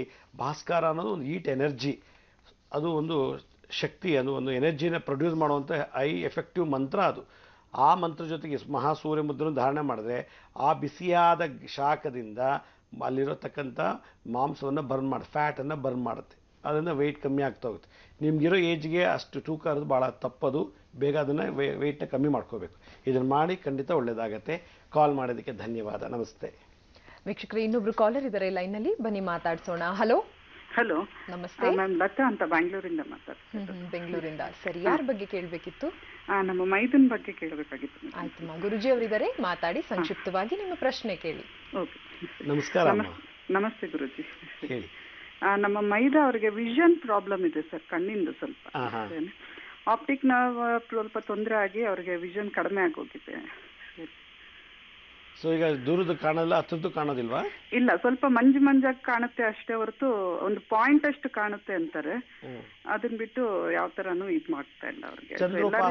ಚಂದ್ರನ ಉಪಾಸನೆ ಮಾಡ್ಬೇಕು ರಾತ್ರಿ ಹೊತ್ತು ಪ್ರಾಣ ಮುದ್ರೆಯನ್ನ ಧಾರಣೆ ಮಾಡಿ ನಿಮ್ಮ ಮನೆ ಟೆರೇಸ್ ಮೇಲೆ ಹೋಗ್ಬಿಟ್ಟು ಆಕಾಶ ನೋಡ್ತಾ ಚಂದ್ರನ ದರ್ಶನ ಮಾಡ್ತಾ ಓಂ ಚಂದ್ರಾಯ ನಮಃ, ಓಂ ಚಂದ್ರಾಯ ನಮಃ ಅಂತೇಳಿ ಜಪ ಮಾಡ್ತಾ ಇರಬೇಕು. ಅವಾಗ ಚಂದ್ರನ ಕಿರಣದಲ್ಲಿರ್ತಕ್ಕಂಥ ಕೆಲವು ವೈಟಮಿನ್ಸ್ ಎಲ್ಲ ಕಣ್ಣಿಗೆ ಬಂದು ಆಪ್ಟಿಕ್ ನರ್ವ್ನ ಆಕ್ಟಿವೇಟ್ ಮಾಡುತ್ತೆ. ಇದು ಶಕ್ತಿಶಾಸ್ತ್ರದಲ್ಲಿ ಅಗಸ್ತ್ಯ ಮುನಿಗಳು ವಿಶೇಷವಾಗಿ ವರ್ಣನೆ ಮಾಡಿದ್ದಾರೆ. ಸೂರ್ಯ ಚಂದ್ರನ ಮಾನವ ಹೇಗೆ ಬಳಸ್ಕೊಳ್ಬೇಕು ಅನ್ನೋದನ್ನ ಅಗಸ್ತ್ಯ ಋಷಿಗಳು ಈ ಶಕ್ತಿಶಾಸ್ತ್ರ ಹೇಳಿದ್ದಾರೆ. ಇದ್ರ ಜೊತೆಗೆ ಅಧಿದೇವತೆಗಳು ನಾವು ಆರಾಧನೆ ಮಾಡಬೇಕು. ಅವಾಗ ಏನು ಮಾಡಬೇಕು, ನಾವು ಮಂಡ್ಯದ ಹತ್ರ ಒಂದು ಮದ್ದೂರು ಅಂತ ಒಂದು ಊರಿದೆ. ಆ ಮದ್ದೂರಲ್ಲಿ ಉಗ್ರ ನರಸಿಂಹರ ದೇವಸ್ಥಾನ ಪಕ್ಕದಲ್ಲಿ ನರಸಿಂಹನ ಎಡಭಾಗದಲ್ಲಿ ಕಂಚಿ ವರದರಾಯ ಸ್ವಾಮಿಗಳಿದ್ದಾರೆ. ಯಾವುದೇ ಕಣ್ಣಿನ ದೋಷ ಇದ್ರೆ ಮನುಷ್ಯನಿಗೆ, ಮಾನವನಿಗೆ, ಭೂಲೋಕದಲ್ಲಿ ಮಾನವನಿಗೆ ಕಣ್ಣಿನ ದೋಷ ಇದ್ರೆ ಕಂಚಿ ವರದರಾಯ ಸ್ವಾಮಿನ ದರ್ಶನ ಮತ್ತೆ ಆರಾಧನೆ ಮಾಡಿದ್ರೆ ಆ ದೋಷ ನಿವಾರಣೆ ಆಗತ್ತೆ ಅಂತೇಳಿ ಈ ಪುರಾಣದಲ್ಲಿ ಉಲ್ಲೇಖನ ಇದೆ, ವಿಷ್ಣು ಪುರಾಣದಲ್ಲಿ. ಆದ್ರಿಂದ ನೀವು ಕಂಚಿ ವರದರಾಯ ಸ್ವಾಮಿ ದರ್ಶನ ಮಾಡಿ ಖಂಡಿತ ಒಳ್ಳೇದಾಗತ್ತೆ. ಆ ಕಂಚಿ ವರದರಾಯ ಸ್ವಾಮಿ ಮುಂದೆ ಕೂತ್ಕೊಡಿ, ಪ್ರಾಣ ಮುದ್ರೆ ಧಾರಣೆ ಮಾಡ್ತಾ ಪ್ರಾರ್ಥನೆ ಮಾಡಿ, ಖಂಡಿತ ಒಳ್ಳೇದಾಗತ್ತೆ. ತಮ್ಮನ್ನ ಭೇಟಿ ಮಾಡಬೇಕು ಅಂದ್ರೆ ಹೇಗೆ ಸಾಧ್ಯ? ನನ್ನನ್ನು ಭೇಟಿ ಮಾಡಬೇಕು ಅಂತಂದ್ರೆ ನೀವು ನಮ್ಮ ಸಂಸ್ಥೆಗೆ ಬಂದು 1ನೇ ತಾರೀಕು ಬಂದು ಬರ್ಸ್ಬೇಕು. ನಿಮ್ಗೆ ಒಂದು ಅಪಾಯಿಂಟ್ಮೆಂಟ್ ಕೊಡ್ತಾರೆ, ಆಗ ನೀವು ನಾನು ಬಂದು ಮೀಟ್ ಮಾಡ್ಬೋದು. ನಾನು ಕೇವಲ ಭಾನುವಾರ ದಿವಸ ಮಾತ್ರ ಮೀಟ್ ಮಾಡ್ತೀನಿ. ಕರೆ ಮಾಡಿದ್ದಕ್ಕಾಗಿ ಧನ್ಯವಾದಗಳು. ವೀಕ್ಷಕರೇ, ಈಗ ಒಂದಷ್ಟು ಪತ್ರಗಳತ್ತ ಗಮನ ಹರಿಸೋಣ. ನೆಲಮಂಗಲದಿಂದ ಚಿನ್ಮಯಿ ಪತ್ರವನ್ನ ಬರೆದಿದ್ದಾರೆ. ಅವರ ಪ್ರಶ್ನೆ ಏನು ನೋಡೋಣ. ಗುರುಜಿ, ಚಿನ್ಮಯಿ ಹೇಳ್ತಾ ಇದ್ದಾರೆ, ಈಗ ದ್ವಿತೀಯ PUC ಓದಕ್ಕೆ ಆರಂಭಿಸಿದ್ದೀನಿ ನಾನು. ಆದರೆ ನನಗೆ ಓದಲು ಆಸಕ್ತಿ, ಶ್ರದ್ಧೆ, ಏಕಾಗ್ರತೆ ಯಾವುದು ಕೂಡ ಆಗ್ತಾ ಇಲ್ಲ. ಕಾರಣ, ನಾನು ಎಷ್ಟೇ ಓದಿದ್ರೂ ನನಗೆ ಜ್ಞಾಪಕ ಶಕ್ತಿ ಅನ್ನೋದೇ ಇರೋದಿಲ್ಲ. ಇದರಿಂದ ತುಂಬಾ ನಿರುತ್ಸಾಹ ಆಗ್ತಾ ಇದೆ. ಓದ್ಲಿಕ್ಕೂ ಕೂಡ ಮುಜುಗರ ಆಗುತ್ತೆ ಅಂತ ಹೇಳ್ತಿದ್ದಾರೆ. ಓದುವ ಶಕ್ತಿ, ಉತ್ಸಾಹ ಕಡಿಮೆ ಆಗಿದೆ. ಇದನ್ನ ವೃದ್ಧಿಸಿಕೊಳ್ಳಲು ಏಕಾಗ್ರತೆ, ಶ್ರದ್ಧೆ ಹೆಚ್ಚಿಗೆ ಮೂಡಿಸುವಂತಹ ಮುದ್ರೆ ಹಾಗೂ ಮಂತ್ರವನ್ನ ದಯವಿಟ್ಟು ತಿಳಿಸ್ಕೊಡಿ ಅಂತ ಕೇಳಿದ್ದಾರೆ. ಈಗಾಗಲೇ ನಾನು ಸಾಕಷ್ಟು 12 ವೆರೈಟಿ ಸರಸ್ವತಿ ಮುದ್ರೆಗಳನ್ನು ಈಗಾಗಲೇ ಹಲವಾರು ತಿಂಗಳಿಂದ ತೋರಿಸಿದ್ದೀನಿ. ಆದರೂ ಎಷ್ಟೋ ಜನ ನೋಡಿಲ್ಲ. ಇದಕ್ಕೆ ಮುಖ್ಯವಾಗಿ ಈ ಚಿನ್ಮುದ್ರಾ ಅಥವಾ ಜ್ಞಾನ ಸರಸ್ವತಿ ಮುದ್ರೆಯನ್ನು ಮಾಡಿ ಹೆಬ್ಬೆಟ್ ಮೇಲೆ ತೋರ್ಬೆರಳನ್ನು ಟಚ್ ಮಾಡೋದು. ಶುಕ್ರ ಗ್ರಹದ ಮೇಲೆ ಈ ಗುರುಗ್ರಹವನ್ನು ಇಟ್ಟಾಗ, ಅಂದರೆ ಅಗ್ನಿತತ್ವ ಮತ್ತು ವಾಯುತತ್ವ ನಾವು ಸೇರಿಸಿದಾಗ ಚಿನ್ಮುದ್ರಾ ಅಂತ ಹೇಳ್ತಾರೆ. ಇದನ್ನು ನಮ್ಮ ತೊಡೆ ಮೇಲೆ ಇಟ್ಕೊಂಡು ಹೀಗೆ ಸುಮಾರು ಅರ್ಧ ಗಂಟೆ ನಾವು ಧ್ಯಾನ ಮಾಡಿದ್ರೆ, ಸುಮ್ಮನೆ ನಮ್ಮ ಉಚ್ಛ್ವಾಸದ ಮೇಲೆ ಗಮನ ಹರಿಸ್ಬೇಕು. ಉಸಿರಾಟದ ಮೇಲೆ ಗಮನ ಹರಿಸ್ತಾ ಅರ್ಧ ಗಂಟೆಗೆ ಕೂತ್ಕೊಂಡ್ಬಿಟ್ರೆ ಅದೊಂದು ರೀತಿ ಮೆಡಿಟೇಷನ್ ಆಗುತ್ತೆ. ಇದರಿಗಾಗಿ ಏಕಾಗ್ರತೆ, ಮೆಮೊರಿ ಪವರ್ ಜಾಸ್ತಿ ಆಗುತ್ತೆ. ಯಾರಿಗೂ ಮೆಮೊರಿ ಕಮ್ಮಿ ಇಲ್ಲವೇ ಇಲ್ಲ ಜಗತ್ತಿನಲ್ಲಿ. ಸುಮ್ಮನೆ ನಾವು ಮೆಮೊರಿ ಕಮ್ಮಿ ಇದೆ ಅಂತ ಹೇಳ್ತೀವಿ. ನಮ್ಮ ಒಂದು ದಿನನಿತ್ಯದ ಆ್ಯಟಿಟ್ಯೂಡ್, ಅಹಂಕಾರ, ಗರ್ವ, ಸುಳ್ಳು ಹೇಳೋದು, ಕದಿಯೋದು, ಕೆಟ್ಟದ್ದು ನೋಡೋದು, ಕೆಟ್ಟದ್ದು ಮಾತಾಡೋದು, ಕೆಟ್ಟದ್ದು ತಿನ್ನೋದು, ಇದರಿಂದೆಲ್ಲ ಮಾಡಿ ನ್ಯೂರಾನ್ಸ್ಗೆ ನಾವು ಟ್ರಬಲ್ ಮಾಡ್ತಿದ್ದೀವಿ, ಡಿಸ್ಟರ್ಬ್ ಮಾಡ್ತಾ ಇದ್ದೀವಿ ಬ್ರೈನ್ ನ್ಯೂರಾನ್ಸ್ಗೆ. ಆದ್ದರಿಂದ ಜಗತ್ತಲ್ಲಿ ಯಾರಿಗೂ ಮೆಮೊರಿ ಪವರ್ ಕಮ್ಮಿ ಆಗೋಕ್ಕೆ ಸಾಧ್ಯನೇ ಇಲ್ಲ. ಆ ರೀತಿ ಸೃಷ್ಟಿ ಮಾಡಿದರೆ ಭಗವಂತ ನಮ್ಮ ಬ್ರೈನ್ನ. ಆದರೆ ನಾವು ಮಾನಸಿಕವಾಗಿ ನನಗೆ ಮೆಮೊರಿ ಕಮ್ಮಿ, ನಮ್ಮ ಕಾನ್ಸಂಟ್ರೇಷನ್ ಬರಲ್ಲ ಅಂತ ಹೇಳ್ಕೊಂಡ್ಬಿಡ್ತೀವಲ್ಲ, ಅದೇ ದೊಡ್ಡ ಸಂಕಲ್ಪ ತಪ್ಪು ಮಾಡ್ತಾ ಇರೋದು. ಆ ಸಂಕಲ್ಪ ನಾವು ಮಾಡಬಾರ್ದು. ನನಗೆ ಮೆಮೊರಿ ಚೆನ್ನಾಗಿದೆ, ನಾನು ಚೆನ್ನಾಗಿದೆ ಅಂತ ಒಂದು 10 ಸಲ ಹೇಳಿ, ನಿಮ್ಮ ಮೆಮೊರಿ ಚೆನ್ನಾಗಿ ಆಗಿಬಿಡುತ್ತೆ. ಆದ್ದರಿಂದ ಅದಕ್ಕೆ ಸಪೋರ್ಟಿವ್ ಈ ಮುದ್ರೆ. ಇದಕ್ಕೆ ಓಂ ಐಂ ಹ್ರೀಂ ಶ್ರೀಂ ಮಹಾಕಾಳಿ, ಮಹಾಲಕ್ಷ್ಮಿ, ಮಹಾಸರಸ್ವತಿ, ಓಂ ಐಂ ವದ ವಾಗ್ವಾದಿನಿ ಸ್ವಾಹ ಅಂತೇಳಿ ಜಪ ಮಾಡಿದ್ದೆ ಆದರೆ ನಿಮ್ಮ ಮೆಮೊರಿ ಪವರ್ ತುಂಬ ಚೆನ್ನಾಗುತ್ತೆ, ಕಾನ್ಸಂಟ್ರೇಷನ್ ಇಂಪ್ರೂವ್ ಆಗುತ್ತೆ. ಮಾತಾಡೋದು ಕಮ್ಮಿ ಮಾಡಿ ಒಂದು ಸ್ವಲ್ಪ ದಿವಸ ಮೌನ ಆಚರಿಸಿ, ಚೆನ್ನಾಗಿ ಕಾನ್ಸಂಟ್ರೇಷನ್ ಡೆವಲಪ್ ಆಗುತ್ತೆ. ಧನ್ಯವಾದಗಳು. ತಾವು ಪತ್ರ ಬರೆದಿದ್ದೀವಿ. ಸ್ವಯಂ ವೈದ್ಯ ವಿಭಾಗದಲ್ಲಿ ಗುರುಜಿಯವರು ಏನೆಲ್ಲ ವಿಶೇಷ ಮಾಹಿತಿಯನ್ನ ತಿಳಿಸ್ಕೊಡ್ತಾರೆ, ಬನ್ನಿ ಕೇಳೋಣ. ಗುರುಜಿ, ಮನುಷ್ಯನಿಗೆ ಯಾವಾಗ ಪಿತ್ತಕೋಶದಲ್ಲಿ ಏರುಪೇರಾಯಿತು, ಪಿತ್ತಕೋಶ ಸರಿಯಾಗಿ ವರ್ಕ್ ಮಾಡಲಿಲ್ಲ, ಇಂಗ್ಲೀಷ್ ಅದಕ್ಕೆ ಲಿವರ್ ಅಂತಾರೆ, ಲಿವರ್ನಲ್ಲಿ ಏನೋ ಹೆಚ್ಚು ಕಮ್ಮಿ ಆದರೆ, ಅಕಸ್ಮಾತ್ ಲಿವರ್ಲಿ ಏನಾದ್ರು ನಾವು ಸರಿಯಾಗಿ ಕಾಪಾಡ್ಕೊಳ್ಳೋದ್ರಿಂದ ಕ್ಯಾನ್ಸರ್, ಇವತ್ತಿನಂತೂ ಸಿಕ್ಕಾಪಟ್ಟೆ ಜನಕ್ಕೆ ಲಿವರ್ ಕ್ಯಾನ್ಸರ್ ಬರ್ತಿದೆ. ಒಂದು ಸಲ ಲಿವರ್ ಕ್ಯಾನ್ಸರ್ ಬಂತು ಅಂದರೆ ಭಾಳ ಕಷ್ಟ ಅದನ್ನು ಕ್ಯೂರ್ ಮಾಡೋದಕ್ಕೆ. ಅದರಿಂದ ಅದಕ್ಕೆ ಕೀಮೋಥೆರಪಿ, ರೇಡಿಯೋಲಾಜಿ ಅಂತೇಳಿ ಏನೇನೋ ಟೆಕ್ನಿಕಲ್ ಯೂಸ್ ಮಾಡಿ ಟ್ರೀಟ್ ಮಾಡ್ತಿದ್ದಾರೆ. ಆ ರೀತಿ ನಾವು ಆ ಲಿವರ್ಗೆ ಹಿಂಸೆ ಕೊಡೋ ಬದಲು ನಾವು ಆ ರೀತಿ ಕಾಯಿಲೆ ಬರೋದಕ್ಕೆ ಮುಂಚೆನೇ ನಾವೇನು ಮಾಡಬೇಕು, ಭಗವಂತ ಒಂದು ಸೊಪ್ಪನ್ನು ಸೃಷ್ಟಿ ಮಾಡೋಣ ಈ ಭೂಮಂಡಲದಲ್ಲಿ, ಈ ಭೂಮಿ ಅನ್ನೋ ಗ್ರಹದಲ್ಲಿ. ಆ ಸೊಪ್ಪಿನ ಹೆಸರೇನೆಂದರೆ ಮೆಂತ್ಯ ಸೊಪ್ಪು ಅಂತ ಕರೀತಾರೆ. ನೋಡಿ, ಈ ಮೆಂತ್ಯ ಸೊಪ್ಪು ಯಾಕೆ ಈ ಜಗತ್ತಲ್ಲಿ ಭಗವಂತ ಸೊಪ್ಪುಗಳನ್ನು, ಹಣ್ಣುಗಳನ್ನು, ತರಕಾರಿಯನ್ನು ಬೆಳೆಸಿದನೆಂದರೆ 1008 ಅಂಗಗಳು ಮಾನವನ ಶರೀರದಲ್ಲಿದೆ.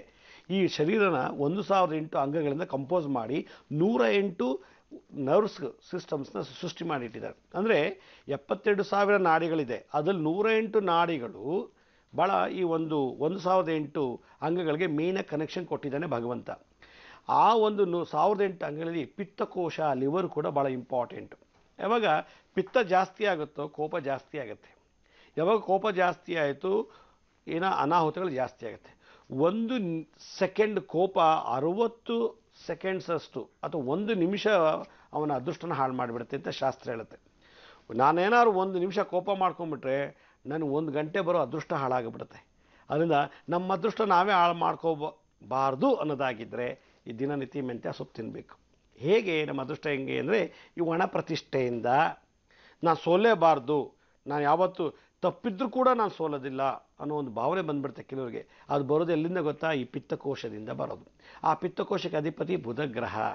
ಯಾವಾಗ ಬುಧಗ್ರಹ ತನ್ನ ಸಾಮರ್ಥ್ಯತೆ ಕಳ್ಕೊತಾನೋ ಮನುಷ್ಯ ಬುದ್ಧಿಹೀನ, ಹೊರಟಾಗಿ ಮಾತಾಡ್ತಾನೆ, ಬುದ್ಧಿಹೀನನಾಗ್ತಾನೆ. ಒಬ್ಬ ಸ್ಪೋರ್ಟ್ಸ್ ಮ್ಯಾನ್ ನೋಡಿ ಹೇಗೆ ಮಾಡ್ದ ಅವನು, ಎಂಥ ಬ್ರಿಲಿಯಂಟ್ ಸ್ಪೋರ್ಟ್ಸ್ ಮ್ಯಾನ್ ಅವನು, ಭಾಳ ಚಿನ್ನದ ಪದಕ ಬೆಳ್ಳಿ ಪದಕ ಪಡೆದು ಇಂಟರ್ನ್ಯಾಷನಲ್ ಪ್ಲೇಯರ್ ಆಗಿದ್ದು ಕೂಡ ಅವನ ಸಮಯಕ್ಕೆ ತಕ್ಕಂತೆ ಬುದ್ಧಿ ಉಪಯೋಗಿಸ್ತೇನೆ, ಕಳ್ಳನ್ನು ಬಿಟ್ಬಿಟ್ಟು ಮನೇಲಿ ಕಳ್ತನೆಲ್ಲ ಮಾಡ್ಕೊಡೋಕೆ ಅವಕಾಶ ಮಾಡಿಕೊಟ್ಟಂಥ ಬುದ್ಧಿವಂತಿಕೆ ನಾವು ಈ ಕಥೆಯಲ್ಲಿ ನೋಡಿದ್ವಿ. ಆ ಕಾರಣ ಏನು ಗೊತ್ತಾ, ಈ ಪಿತ್ತ. ಯಾಕೆಂದರೆ ಪಿತ್ತಕೋಶ ನಮ್ಮ ಬ್ರೈನ್ಗೆ ಭಾಳ ಕನೆಕ್ಷನ್ ಇದೆ. ಯಾವಾಗ ಈ ಮೆಂತ್ಯ ಸೊಪ್ಪನ್ನು ನಾವು ತಿಂತೀವೋ ಬುಧ ಗ್ರಹ ಉಚ್ಚನಾಗ್ತಾನೆ. ಹೀಗೆ ಮಾಡಿದ್ರೆ ಹಾಗೆ, ಹೀಗೆ ಮಾಡಿದ್ರೆ ಹೆಂಗೆ, ಈ ರೀತಿ ಮಾತಾಡಿದ್ರೆ ಏನಾಗುತ್ತೆ, ಆ ರೀತಿ ಮಾತಾಡಿದ್ರೆ ಏನಾಗುತ್ತೆ, ಅವನನ್ನು ಥಿಂಕಿಂಗ್, ಲಾಜಿಕಲ್ ಥಿಂಕಿಂಗನ್ನು ಬೆಳೆಸ್ಕೊಡುತ್ತೆ ಈ ಮೆಂತ್ಯ ಸೊಪ್ಪು. ಈ ಮೆಂತ್ಯ ಸೊಪ್ಪು ಯಾಕೆ ತಿಂತೀವಿ ಅಂದರೆ ಲಿವರ್ ಪುಷ್ಟಿಯಾಗಿ ಚೆನ್ನಾಗಿ ಬಲವಾಗಿರಲಿ ಅಂತ. ಲಿವರ್ನಲ್ಲಿ ಏನಾದ್ರು ಸಡಿತ ಬಿಗಿತನ ಇದ್ದರೆ ಮೆಂತ್ಯ ಸೊಪ್ಪು ಅದರಿಗೆ ಗ್ರೀಸ್ ಹಾಕ್ದಂಗೆ ಮಾಡಿ ಸಡಿಲ ಮಾಡ್ಕೊಳ್ಳುತ್ತೆ. ಯಾವಾಗ ಲಿವರ್ ಸಡಿಸಾಗಾಯಿತು, ನಾವು ಕಸ ಗುಡ್ಸೋಕ್ಕೆ, ಮಾಡಲಿಕ್ಕೆ, ಜಂಪ್ ಮಾಡೋಕ್ಕೆ, ಓಡೋಕ್ಕೆ ಎಲ್ಲ ಆ್ಯಕ್ಟಿವಿಟೀಸ್ಗೂ ಭಾಳ ಸಪೋರ್ಟ್ ಮಾಡ್ಕೊಳ್ಳುತ್ತೆ ಈ ಒಂದು ಮೆಂತ್ಯ ಸೊಪ್ಪು ಲಿವರ್ಗೆ ಟಚ್ ಆದಾಗ. ಲಿವರ್ ಪಕ್ಕದಲ್ಲಿ ಇನ್ನೊಂದು ಅಂಗ ಇದೆ, ಅದಕ್ಕೆ ಪ್ಯಾಂಕ್ರಿಯಾಸ್ ಅಂತಾರೆ, ಮೇದೋಜೀರಕಾಂಗ ಅಂತಾರೆ. ಆ ಪ್ಯಾಂಕ್ರಿಯಾಸಲ್ಲಿ ಬೀಟಾ ಸೆಲ್ಸಿಂದ ಇನ್ಸುಲಿನ್ ಹಾರ್ಮೋನ್ಸ್ ಪ್ರೊಡ್ಯೂಸ್ ಮಾಡುತ್ತೆ. ಇನ್ಸುಲಿನ್ ಹಾರ್ಮೋನ್ಸ್ ಎಲ್ಲ ಹೋಗಿ ಲಿವರ್ ಸೇರಿಕೊಳ್ಳುತ್ತೆ ಗ್ಲೈಕೋಜನ್ ಆಗಿ. ಆ ಗ್ಲುಕೋಸ್ ಇನ್ಸುಲಿನ್ ಏನಾಗುತ್ತೆ ಲಿವರ್ ಸೇರಿದಾಗ ಅದು ಗ್ಲೈಕೋಜನನ್ನು ಹೆಸರು ಕರೀತಾರೆ. ಅದು ಯಾವಾಗ ಇನ್ಸುಲಿನ್ ಕಮ್ಮಿ ಗ್ಲುಕೋಸ್ ಸಕ್ಕರೆ ಅಂಶ ಯಾವಾಗ ಕಮ್ಮಿ ಆಯಿತು ಲಿವರ್ ಡಿಸ್ಚಾರ್ಜ್ ಮಾಡಿಕೊಡುತ್ತೆ.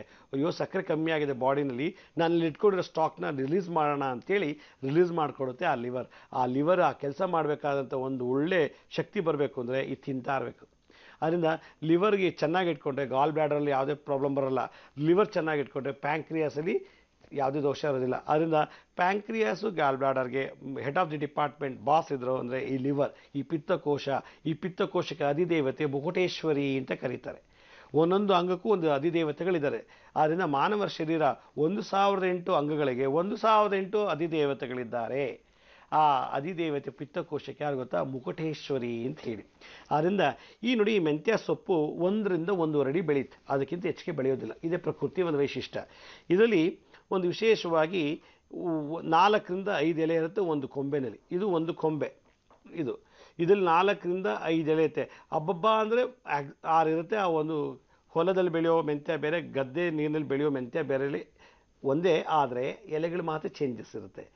ಹೀಗೆ ಇದನ್ನು ಯಾರು ತಿಂತಾರೋ ಅವರಿಗೆ ಡೈರೆಕ್ಟಾಗಿ ಲಿವರ್ಗೆ ಆ್ಯಕ್ಟಿವೇಟ್ ಮಾಡುತ್ತೆ. ಲಿವರಲ್ಲಿರ್ತಕ್ಕಂಥ ನೋವು, ಲಿವರಲ್ಲಿರ್ತಕ್ಕಂಥ ಸಂಕಟ, ಲಿವರಲ್ಲಿರ್ತಕ್ಕಂಥ ಉರಿ, ಲಿವರಲ್ಲಿರ್ತಕ್ಕಂಥ ಏನಾದ್ರು ಒಂದು ಅಡಚಣೆಗಳು, ಇದಕ್ಕೆಲ್ಲ ಇನ್ಫೆಕ್ಷನ್ ಅಂತ ಒಂದೇ ಮಾತಲ್ಲಿ ಹೇಳ್ತಾರೆ. ಅದನ್ನೆಲ್ಲ ತೆಗೆದಾಕತ್ತೆ ಈ ಮೆಂತ್ಯ ಸೊಪ್ಪು. ಅದರಿಂದ ಯಾರು ದಿನನಿತ್ಯ ಮೆಂತ್ಯ ತಿಂತಾರೋ ಲಿವರ್ ಚೆನ್ನಾಗಿತ್ತು ಅಂದರೆ ಬುಧ ಗ್ರಹ ಉಚ್ಚನಾಗ್ತಾನೆ.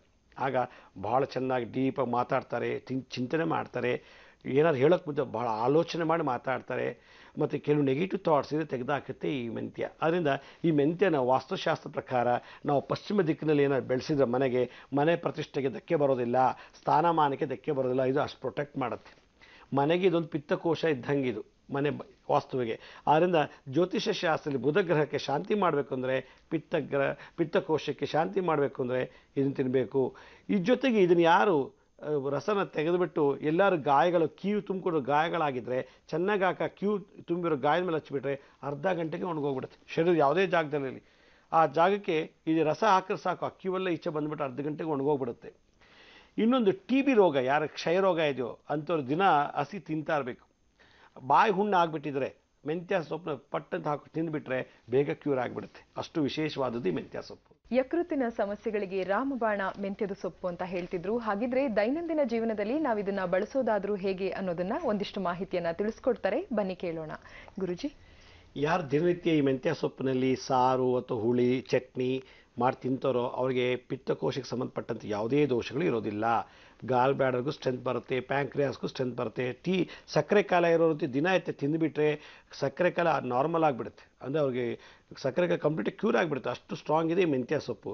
ಮತ್ತು ಈ ವಾಸ್ತುದೋಷ ಪ್ರಕಾರ ಏನಾದ್ರು ನಿಮ್ಮ ಮನೆಗೆ ಆಗಾಗ ದೃಷ್ಟಿದೋಷ ಆಗ್ತಿರುತ್ತೆ, ಮನೆಗೆ ಇದ್ದಕ್ಕಿದ್ದಾಗೆ ಬ್ಯಾಂಕಿಂದ ಲೋನ್ ತೊಗೊಂಡು ತೊಂದರೆ ಆಗೋದು, ಮನೆ ತೀರ್ಸೋಕ್ಕಾಗಲ್ಲ, ಬ್ಯಾಂಕ್ ತೊಗೊಂಡು ಹಾವಳಿ ಮಾಡೋದು, ಸಾಲಗಾರ ಹಾವಳಿ, ಈ ಥರದ ಏನಾದ್ರು ಋಣಬಾಧೆ, ಮನೆ ಮೇಲೆ ಏನಾದ್ರು ಋಣಬಾಧೆ ಇದ್ದರೆ ಪಶ್ಚಿಮ ದಿಕ್ಕಲ್ಲಿ ಬೆಳೆಸ್ಬಿಟ್ರೆ ಆ ಮನೆ ಮೇಲೆ ಬರೋ ಋಣಬಾಧೆನ ನಿವಾರಣೆ ಆಗುತ್ತೆ ಅಂತ ವಾಸ್ತು ರತ್ನಾಕದಲ್ಲಿ ಹೇಳ್ತಾರೆ.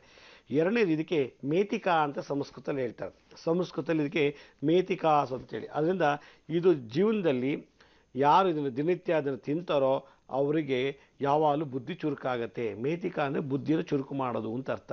ವೆಂದೆಯಂ ಅಂತ ತಮಿಳಲ್ಲಿ ಕರೀತಾರೆ, ಮತ್ತು ಇದಕ್ಕೆ ಮೆಂತಕೂರ ಅಂತ ತೆಲುಗಲ್ಲಿ ಕರೀತಾರೆ, ಹಿಂದಿಯಲ್ಲಿ ಮೇತಿ ಅಂತ ಕರೀತಾರೆ ಇದನ್ನು. ಅದರಿಂದ ಪ್ರತಿನಿತ್ಯ ಅದನ್ನು ಭಾಳ ಉಪಯೋಗಿಸೋದು ಮನುಷ್ಯನಿಗೆ ಆರೋಗ್ಯ ದೃಷ್ಟಿಯಲ್ಲಿ ಒಳ್ಳೆಯದು.